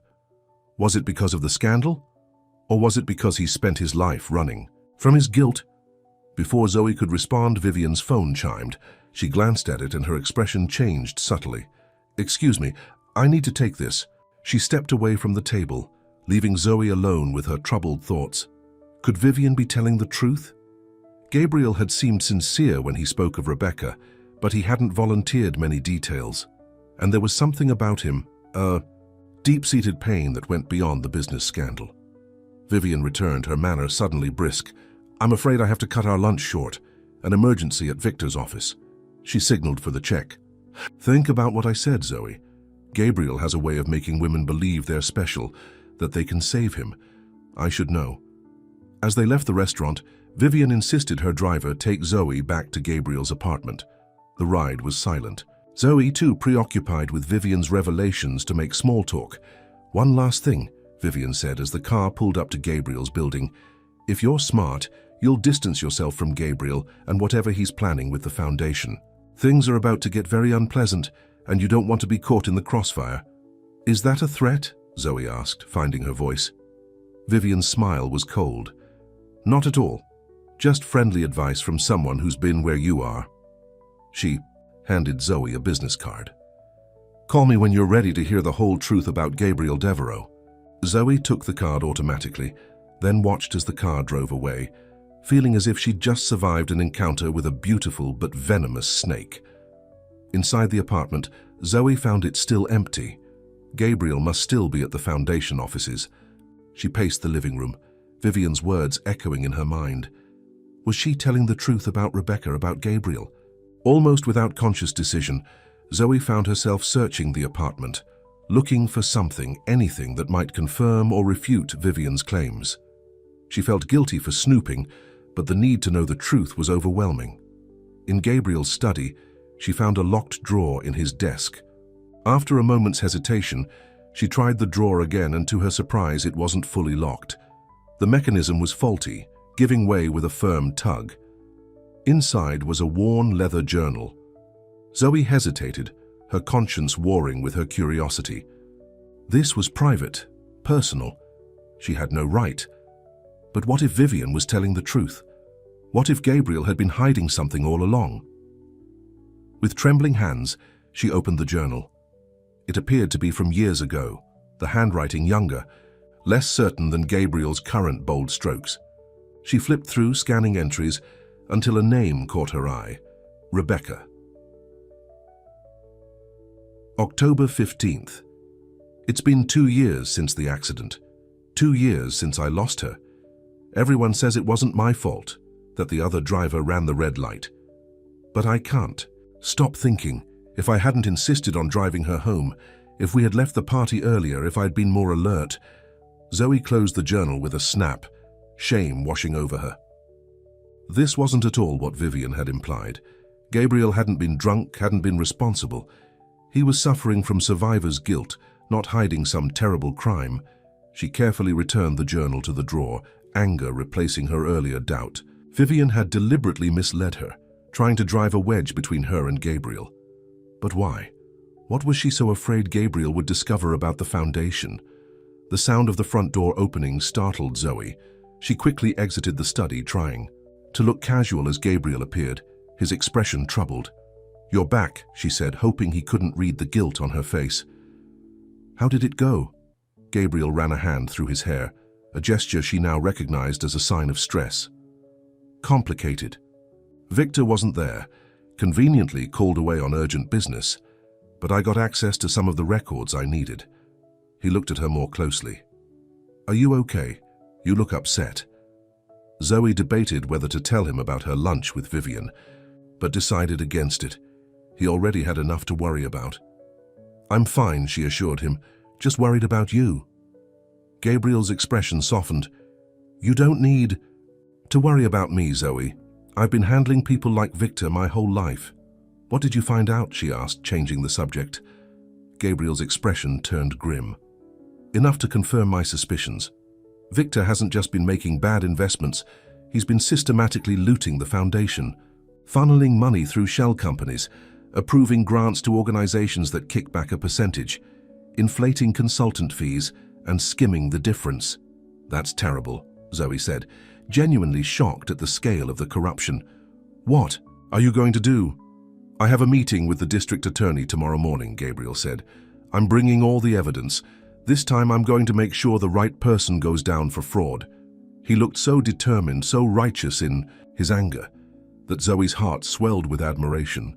This was the real Gabriel Devereux, not the bitter recluse, not the cold businessman, but a man of principle fighting for what was right. You're doing the right thing, she told him. Gabriel's smile was tired but genuine. Thank you for believing that, for believing in me. He hesitated, then added, when this is all over, when the foundation is secure again, we should talk about the future, about us. Zoe's heart skipped a beat. Us. Gabriel stepped closer, his eyes intent on hers. I know it's only been a short time, but you've changed something in me, Zoe. You've made me want to rejoin the world. To live again, not just exist. He reached out, gently tucking a strand of hair behind her ear, his touch sending shivers down her spine. I'm not good at this, he admitted. At opening up, at letting people in. But with you, I want to try. Zoe felt tears prick her eyes. I want that too, she whispered. For a moment it seemed he might kiss her, but then his phone rang, breaking the spell. With an apologetic look, he answered it. Winters, what's wrong? When? Are you sure? All right, I'll meet you there. In 20 minutes. He hung up, his expression dark. I have to go, there's been a development. What kind of development? Zoe asked, alarmed by his tone. Victor knows we're onto him, Gabriel said grimly. He's attempting to transfer a large sum from the Foundation's main account to an offshore bank. Winters is meeting me at the bank. To try to stop it. Do you want me to come with you? Zoe offered. Gabriel shook his head. No, you stay here where it's safe. This could get ugly. He hesitated. Zoe, if anything happens to me, don't, she interrupted, suddenly afraid. Nothing's going to happen to you. Just listen, he insisted. If anything happens, there's a safe in the study. The combination is my father's birthday, October 12th, 1945. Inside is everything you need to know about the Foundation, about what really happened 5 years ago. Promise me you'll get it to Winters. I promise, Zoe said, her heart racing with fear. But you'll be fine, you'll come back. Gabriel cupped her face gently. I'll do my best, he said, then leaned forward and pressed a brief, tender kiss to her forehead. Lock the door behind me. After he left, Zoe paced the apartment, too worried to sit still. Gabriel's sudden departure, his ominous instructions, about the safe. It all felt like something out of a thriller movie, not real life. An hour passed with no word. Then another. Zoe tried calling Gabriel's cell phone, but it went straight to voicemail. She tried Winter's office, but his secretary said he was out for the day. As darkness fell, Zoe's worry turned to full-blown panic. Something was wrong, she could feel it. Just as Zoe was considering calling the police, the apartment phone rang. She lunged for it, relief flooding through her. Gabriel? She answered hopefully. No, Miss Carter. It's Harold Winters. The lawyer's voice was tense, strained. Is Gabriel there with you? Zoe's heart sank. No, he left hours ago to meet you at the bank. A heavy silence fell over the line. I never called him, Miss Carter. I've been in court all afternoon. But that's not possible, Zoe stammered, cold fear gripping her. He got a call from you. He said you were meeting him at the bank to stop Victor from transferring Foundation money offshore. It wasn't me, Winters said grimly. It seems someone wanted to lure Gabriel away from the apartment. Have you tried his cell phone? It goes straight to voicemail, Zoe replied, trying to keep her rising panic at bay. This isn't good, Winters said, his tone grave. Listen to me carefully, Miss Carter. I need you to check if Gabriel's safe is still secure. It's in his study, behind the painting of the sailing ship. With shaking hands, Zoe went to the study and moved the painting. The safe was there, its door firmly closed. It looks untouched, she reported. Good, Winters said, sounding slightly relieved. Now, do you know the combination? Yes, Gabriel told me before he left, just in case, he said. That's our Gabriel, always thinking ahead, Winters said with grim approval. I need you to open it and tell me if the blue folder is still inside. Zoe entered the combination 10, 12, 45 and the safe clicked open. Inside were several folders, documents and a small box. She quickly identified a thick blue folder. It's here, she confirmed. Thank God, Winters said. That folder contains all the evidence of Victor's fraud, including account numbers, transaction records, everything. Gabriel must have anticipated something like this might happen. Mr. Winters, Zoe said, her voice trembling, where is Gabriel? What's happened to him? The lawyer's silence spoke volumes. I don't know, he finally admitted, but we need to act quickly. Victor must have realized Gabriel was onto him. If he's desperate enough to lure Gabriel away with a fake call, he didn't need to finish the thought. Zoe's mind filled with terrible possibilities. What do we do? She asked, forcing strength into her voice. I'm calling the police, Winters said decisively. In the meantime, don't leave the apartment and don't open the door for anyone. I'll be there as soon as I can. After hanging up, Zoe stood in the middle of Gabriel's apartment, feeling helpless and terrified. The man she had come to care for, maybe even love, was missing, possibly in danger, and there was nothing she could do, or was there? An idea struck her. The business card Vivian had given her earlier that day. She dug it out of her pocket and stared at the elegant script. Vivian had warned her that things were about to get unpleasant. Had she known what Victor was planning? Before she could talk herself out of it, Zoe dialed the number on the card. It rang several times before Vivian's cool voice answered. Hello? It's Zoe Carter, she said without preamble. Gabriel is missing. There was a beat of silence. What do you mean missing? Zoe quickly explained about the fake call from Winters, Gabriel's disappearance, the evidence in the safe. To her surprise, Vivian didn't sound dismissive or mocking. Instead, there was an edge of genuine concern in her voice. That idiot, Vivian muttered, and Zoe wasn't sure if she meant Gabriel or Victor. Listen to me, Zoe. Victor is dangerous. More dangerous than Gabriel realizes. Do you know where Gabriel might be? Zoe pressed. Another pause. Maybe, Vivian said finally. Victor owns a warehouse by the harbor. It's isolated, private. If he wanted to question Gabriel without interruption, that would be the place. Zoe's blood ran cold at the implication. We need to call the police. No, Vivian's response was sharp. The police would need a warrant, and that takes time. Time Gabriel might not have. She hesitated. I'll meet you at Gabriel's apartment in 15 minutes.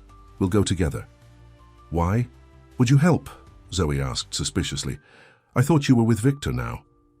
It's complicated, Vivian said, her voice suddenly weary.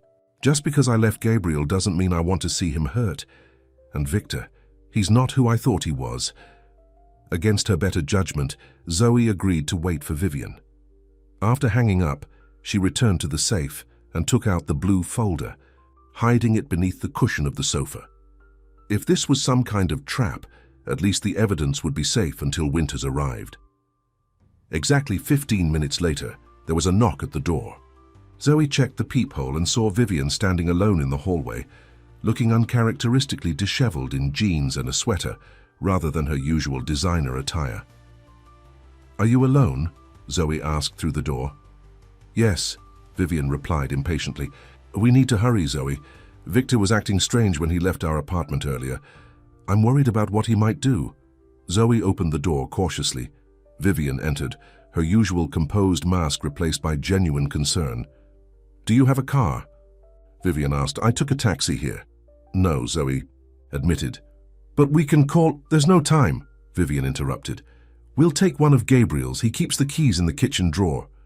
Zoe was momentarily surprised that Vivian knew such details about Gabriel's apartment, but then remembered. She had once been engaged to him. She probably knew the place as well as he did. They found the keys exactly where Vivian had said, and minutes later they were in Gabriel's sleek BMW, Vivian behind the wheel, navigating the city streets with determined focus. How do you know about this warehouse? Zoe asked as they drove toward the harbor. Vivian's expression was grim. Victor took me there once, showing off his business investments. But there was something off about it. Too much security for a high, simple storage facility. She glanced at Zoe. "You really care about him, don't you, Gabriel?" "Yes," Zoe admitted. "I do." Vivian nodded, as if confirming something to herself. "He seems different with you. Less guarded," she sighed. "I did love him once, you know, before everything got so complicated." "What happened?" Zoe couldn't help asking. "Really happened, not the version you told me at lunch." A flicker of shame crossed Vivian's face. "My father happened," she said simply. "When the embezzlement allegations surfaced, he convinced me Gabriel was guilty, that he was trying to frame my father to cover his own crimes. And you believed him," Zoe said. "Not a question, but a statement." "He was my father," Vivian replied, as if that explained everything.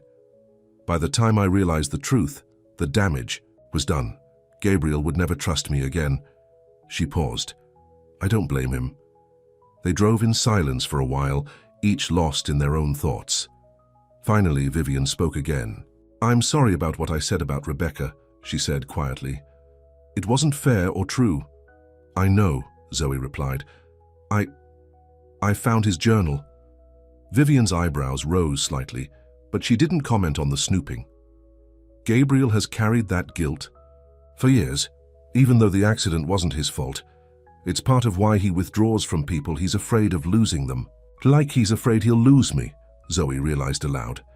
"Exactly," Vivian confirmed. "But you're different.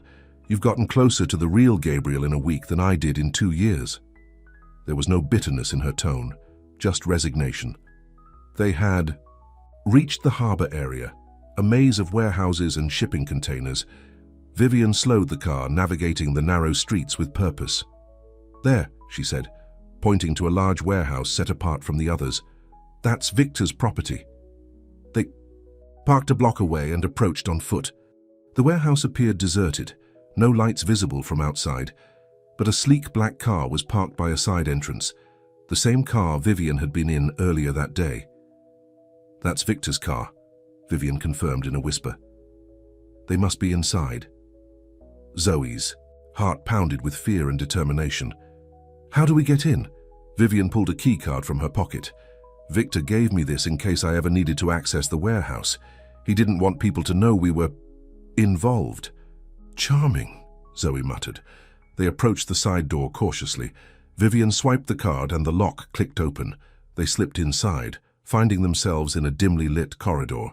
"Stay close," Vivian whispered. They moved deeper into the warehouse, guided by a faint light coming from what appeared to be an office area. As they got closer, they could hear voices, Victor's cultured tones and another man's rougher speech. "Doesn't matter what you do to me," came Gabriel's voice, strained but defiant. "Winters has all the evidence. It's over, Victor." Zoe's heart leaped at the sound of Gabriel's voice. He was alive. "Nothing is over until I say it is," Victor replied coldly. "Your lawyer friend doesn't have anything. All the evidence was in your safe, which my associate has likely emptied by now." "You're wrong," Gabriel shot back. "I anticipated someone. Like you might try something like this. The evidence is secure." A sharp sound, the unmistakable crack of a hand striking flesh, made Zoe flinch. Vivian grabbed her arm, holding her back from rushing in. "Not yet," she mouthed silently. "I've worked too hard to let you ruin everything," Victor was saying, his voice tight with controlled rage. "The Foundation was my ticket to respectability, to real power. Do you have any idea how long I've waited for an opportunity like this?" "The Foundation exists to help people," Gabriel replied, his voice rough with pain but still strong. "Not to fund your ambitions." Another blow, followed by a grunt of pain from Gabriel. Zoe couldn't wait any longer. She pulled away from Vivian and stepped into the doorway of the office. The scene before her was horrifying. Gabriel was tied to a chair, blood trickling from a cut on his lip, his eye beginning to swell. Victor stood over him, his normally perfect appearance disheveled, a wild look in his eyes. A burly man, clearly hired muscle, stood to the side, watching impassively. "Let him go," Zoe demanded, her voice echoing in the space. All three men turned to her in shock. Gabriel's expression morphed from pain to horror. "Zoe, run!" he shouted. "Get out of here!" Victor recovered quickly, a cold smile spreading across his face. "Miss Carter, how nice of you to join us." He glanced past her. And Vivian too. What a surprise. Vivian stepped up beside Zoe, her face pale but determined. "It's over, Victor. We've called the police. They're on their way." "Have you now?" Victor didn't sound concerned. "Somehow I doubt that. You wouldn't risk a scandal, Vivian. Not when it might splash back on you." "You're wrong," Vivian replied steadily. "I've made enough mistakes. I won't make another by letting you hurt Gabriel." Victor's expression hardened. "Always Gabriel?" he spat. "Even after everything, it's still Gabriel you choose." He turned to his associate. "Take care of them." The burly man started toward the women, but Vivian was faster than anyone expected. She pulled a small canister from her pocket, pepper spray, and unleashed it directly into the man's face. He howled in pain, staggering backward, hands covering his eyes. Victor, momentarily stunned by the turn of events, reached inside his jacket. "He has a gun!" Gabriel shouted, lunging forward in his chair with enough force to topple it, crashing into Victor's legs. In the confusion that followed, Zoe rushed to Gabriel, working desperately to untie his bonds while Vivian kept the blinded henchman at bay with the pepper spray. Victor recovered quickly, struggling to his feet, the gun now visible in his hand. "Enough!" he shouted, his composure completely gone. "Nobody moves." The room froze. Victor, breathing heavily, aimed the gun first at Gabriel, then at Zoe, then at Vivian, as if unable to decide who to threaten first. "Victor," Vivian said, her voice surprisingly calm, "think about what you're doing. You haven't killed anyone yet. There's still a way out of this for you." "Shut up," Victor snarled. "You betrayed me, Vivian, just like you betrayed Gabriel. It's what you do, isn't it? Use people and then discard them when something better comes along." "That's not fair," Vivian protested, but there was a flicker of pain in her eyes that suggested the accusation hit home. "Life isn't fair," Victor said bitterly. "I worked my way up from nothing. No famous family name, no inherited fortune. Everything I've accomplished, I've earned. And now you and the great Gabriel Devereaux think you can take it all away? You stole from a charitable foundation," Gabriel said, still on the floor but with Zoe's help, now partially free from his bonds. "You took money meant for sick children, for disaster victims, for scholarships. I took what I deserved," Victor shouted, spittle flying from his lips. "What the world owed me. The world didn't owe you anything," Gabriel replied, his voice steady, despite the gun pointed at him. "That's what my father taught me. We're given privileges so we can help others, not take from them." Something in Victor's eyes changed, a calculation replacing the wild rage. "Touching," he said, his voice suddenly cold and controlled, "but ultimately meaningless. None of you are leaving this warehouse." He raised the gun, aiming directly at Gabriel's head. Zoe, without thinking, threw herself in front of Gabriel, shielding him with her body. "No," she cried. "If you want to shoot him, you'll have to shoot me first." "Zoe, don't," Gabriel pleaded, trying to push her aside. Victor's smile was chilling. "How romantic, but completely unnecessary." He shifted his aim slightly. "I have no problem shooting you both." What happened next seemed to occur in slow motion. As Victor's finger tightened on the trigger, Vivian lunged forward with a cry, shoving his arm upward. The gun discharged with a deafening bang, the bullet embedding itself in the ceiling. Victor and Vivian struggled for control of the weapon, their bodies twisting in a deadly dance. Another shot rang out, and both figures froze. For a terrible moment, no one moved. Then Vivian staggered backward, a look of surprise on her face, her hand going to her stomach where a crimson stain was rapidly spreading across her sweater. "Vivian!" Gabriel shouted, finally breaking free of his restraints. Victor stood motionless, the gun dangling from his fingers, his face a mask of shock as he stared at Vivian's crumpling form. In that moment of distraction, Gabriel lunged forward, tackling Victor to the ground. The gun skittered across the floor and Zoe quickly kicked it away. As Gabriel subdued Victor, Zoe rushed to Vivian, who had slid to the floor, her back against the wall, her breathing labored. "Vivian, hold on," Zoe urged, pressing her hands against the wound to slow the bleeding. "Help is coming." Vivian's eyes found hers, pain and something like acceptance in their depths. "Take care of him," she whispered. "He deserves to be happy." "Are you going to be fine?" Zoe insisted. though the amount of blood seeping between her fingers told a different story. "Just stay with us." Gabriel joined them, having secured Victor with his own belt. His face was ashen as he knelt beside his former fiancée, Vivian, he said hoarsely. She smiled weakly. "Gabriel, I'm sorry for everything." "Don't talk," he urged. "Save your strength." Vivian shook her head slightly. "Need to say this. I did love you. In my way." Her breathing was becoming more labored. "My father made me choose, family or you. I chose wrong." Gabriel took her hand, his expression pained. "I forgive you," he said softly. "I forgave you a long time ago." A tear slipped down Vivian's cheek. "Thank you," she whispered. The sound of sirens outside broke through the moment. Help was finally arriving. "Hear that?" Zoe said encouragingly. "The ambulance is here. You're going to be okay." But as she looked down at Vivian's increasingly pale face, at the pool of blood spreading beneath her, Zoe feared it might be too late. The next few hours passed in a blur of police statements, paramedics and hospital waiting rooms. Victor was arrested, his henchman too.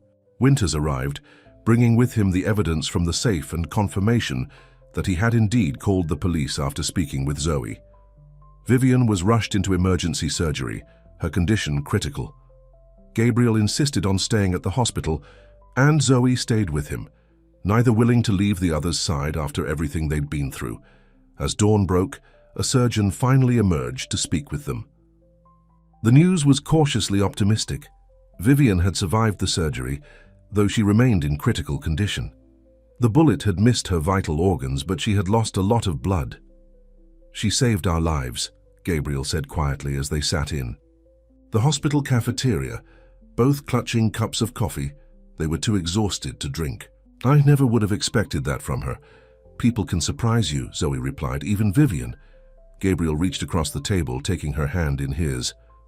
"You surprised me," he said, his eyes intense despite his exhaustion. "Putting yourself between me and that gun, it was the bravest and stupidest thing I've ever seen." Zoe smiled tiredly. "I couldn't let him hurt you." "Why?" Gabriel asked, his voice soft but urgent. "Why would you risk your life for me?" Zoe met his gaze steadily. "Because I love you," she said simply. "I think I have since that first night in the library, when you showed me a glimpse of the real man behind all those walls." For a moment, Gabriel looked stunned, as if her words had physically impacted him. Then his expression softened, a vulnerability she'd never seen before showing in his eyes. "I love you too," he admitted, his voice rough with emotion. "I think I've been falling in love with you from the moment you challenged me in my own home, refusing to be intimidated by the bitter recluse I'd become." He brought her hand to his lips, pressing a gentle kiss to her knuckles. "I never thought I'd feel this way again. Never thought I'd trust anyone enough to let them in." "And do you?" Zoe asked. "Trust me." "With my life," Gabriel replied without hesitation. "And more importantly, with my heart." The simple declaration, spoken in the harsh fluorescent lighting of a hospital cafeteria after the most harrowing night of their lives, brought tears to Zoe's eyes. "What happens now?" she asked. Gabriel's expression turned thoughtful. "First, we rest. Then, when things settle down, I need to put the foundation back in order, undo the damage Victor did. And after that," Zoe prompted. A smile touched Gabriel's lips, transforming his tired face. "After that, if you're willing, I thought we might split our time between the city and the mansion by the sea, the best of both worlds." "I'd like that," Zoe said, her heart feeling lighter despite the exhaustion. Gabriel's smile widened. "And maybe when you're ready, we could talk about making that arrangement permanent." Zoe's breath caught. "Are you proposing to me in a hospital cafeteria after knowing me for less than 2 weeks?" Gabriel laughed, the sound warm and genuine. "Not officially," he clarified. "Consider it more of a statement of intent. I know what I want, Zoe Carter. For the first time in years, I'm certain about my future, and I want you in it." "Then my answer is yes," Zoe said, her own smile matching his. "To your unofficial non-proposal proposal." Gabriel leaned across the table and kissed her, a gentle, tender kiss that held all the promise of their future together. 6 months later, the charity gala was in full swing, the grand ballroom of the Hugh Devereux Foundation headquarters filled with Boston's elite. Under the crystal chandeliers, donors and recipients mingled, celebrating the foundation's remarkable turnaround under Gabriel's renewed leadership. Zoe stood near the windows, taking a moment to herself amid the glittering crowd. She'd never imagined herself in such a setting, wearing a designer gown, chatting with senators and CEOs, being introduced as Gabriel Devereux's fiancée. The thought brought a smile to her face as she touched the diamond ring on her left hand. Gabriel had properly proposed just 1 month ago during a sunset picnic at his father's cabin by the sea. It had been perfect, simple, intimate, meaningful. "There you are," came a familiar voice behind her. Zoe turned to see Gabriel approaching, handsome in his tuxedo, his eyes warming as they always did when he looked at her. "Just taking a moment to breathe," she explained. "It's quite a party." Gabriel slipped an arm around her waist. "Too much? We can leave if you want." "Not at all," Zoe assured him. "I'm enjoying seeing your foundation doing so much good. The scholarship recipients' speeches were wonderful." Gabriel smiled proudly. "My father would have loved tonight, especially meeting you." His expression turned wistful. "He always wanted me to find someone who saw me for who I really am, not what I could give them." "I think he'd be proud of everything you've accomplished," Zoe said softly. "We've accomplished," Gabriel corrected. "I couldn't have done any of this without you." From across the room, Harold Winters raised his glass in their direction, a gesture of approval and affection that made Gabriel nod in acknowledgement. "How was your visit with Vivian today?" Gabriel asked. "Good," Zoe replied. "The physical therapy is going well. She thinks she'll be walking without assistance in another month." Vivian's recovery had been long and difficult, but she had survived. During her convalescence, an unexpected friendship had formed between her and Zoe. Tentative at first, then growing stronger as both women moved beyond their complicated past with Gabriel. "She asked about the wedding plans," Zoe added with a smile. "I think she's angling for an invitation." Gabriel raised an eyebrow. "And how do you feel about that?" "I think she should be there," Zoe said honestly. "She saved our lives, Gabriel, and I think in her own way, she's trying to be a better person." Gabriel nodded thoughtfully. "Then we'll invite her." He squeezed Zoe's hand. "You have the most generous heart of anyone I've ever known." "Not as generous as yours," Zoe countered, nodding toward the banner announcing the Foundation's new medical research initiative, a program specifically focused on leukemia research named in honor of Zoe's sister Lizzie. Gabriel shrugged, looking almost embarrassed. "It was the right thing to do." "It was a wonderful thing to do," Zoe corrected, rising on tiptoes to press a kiss to his cheek. Gabriel's expression turned more serious. "I have something to ask you," he said. "Something important." "What is it?" Zoe asked, curious about his suddenly solemn tone. "Mrs. Hudson called this morning," he began. "She's planning to retire next year." "I'll miss her," Zoe said sincerely, having grown quite fond of the housekeeper during their now regular stays at the seaside mansion. "So will I," Gabriel agreed. "But it made me think about the mansion, about the future." He took both her hands in his. "I know we've been planning to split our time between the city and the coast, but I was wondering how you'd feel about making the mansion our primary home." Zoe looked surprised. "But your work with the Foundation is here, and my nursing job." "The Foundation can be managed remotely most of the time," Gabriel explained. "And there's a small hospital near the mansion that's desperately in need of qualified nurses." He smiled. "I may have already spoken with the director." "You've been planning this," Zoe realized. Gabriel nodded. "That house was never a home until you came into my life, Zoe. With you there, it's where I want to build our future." He hesitated. "But only if it's what you want too." Zoe thought about the mansion by the sea, its peaceful isolation, the sound of waves crashing against the cliffs, the simple beauty of the landscape. She thought about the small cabin where Gabriel had first truly opened up to her, where they had shared their first kiss after returning from Boston. "I think it's perfect," she said, her heart full. "As long as we're together, that's my home." The joy that spread across Gabriel's face was answer enough. He pulled her close, oblivious to the elegant crowd around them, and kissed her with all the love and gratitude in his heart. "I never thought I'd find you," he whispered against her lips. "My saving grace."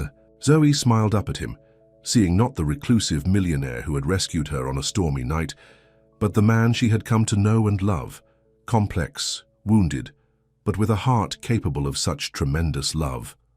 "We found each other," she corrected, gently, "and that's the greatest gift of all." As Gabriel led her back to the party, Zoe couldn't help reflecting on the strange journey that had brought them together: a car accident on a rainy night, a mysterious rescuer, secrets and dangers, and revelations. Life had a funny way of working out sometimes. What had begun as a tragedy had led to the greatest happiness she had ever known. And as Gabriel squeezed her hand, his eyes full of love and promise, Zoe knew that their story, the real story, was just beginning. The end.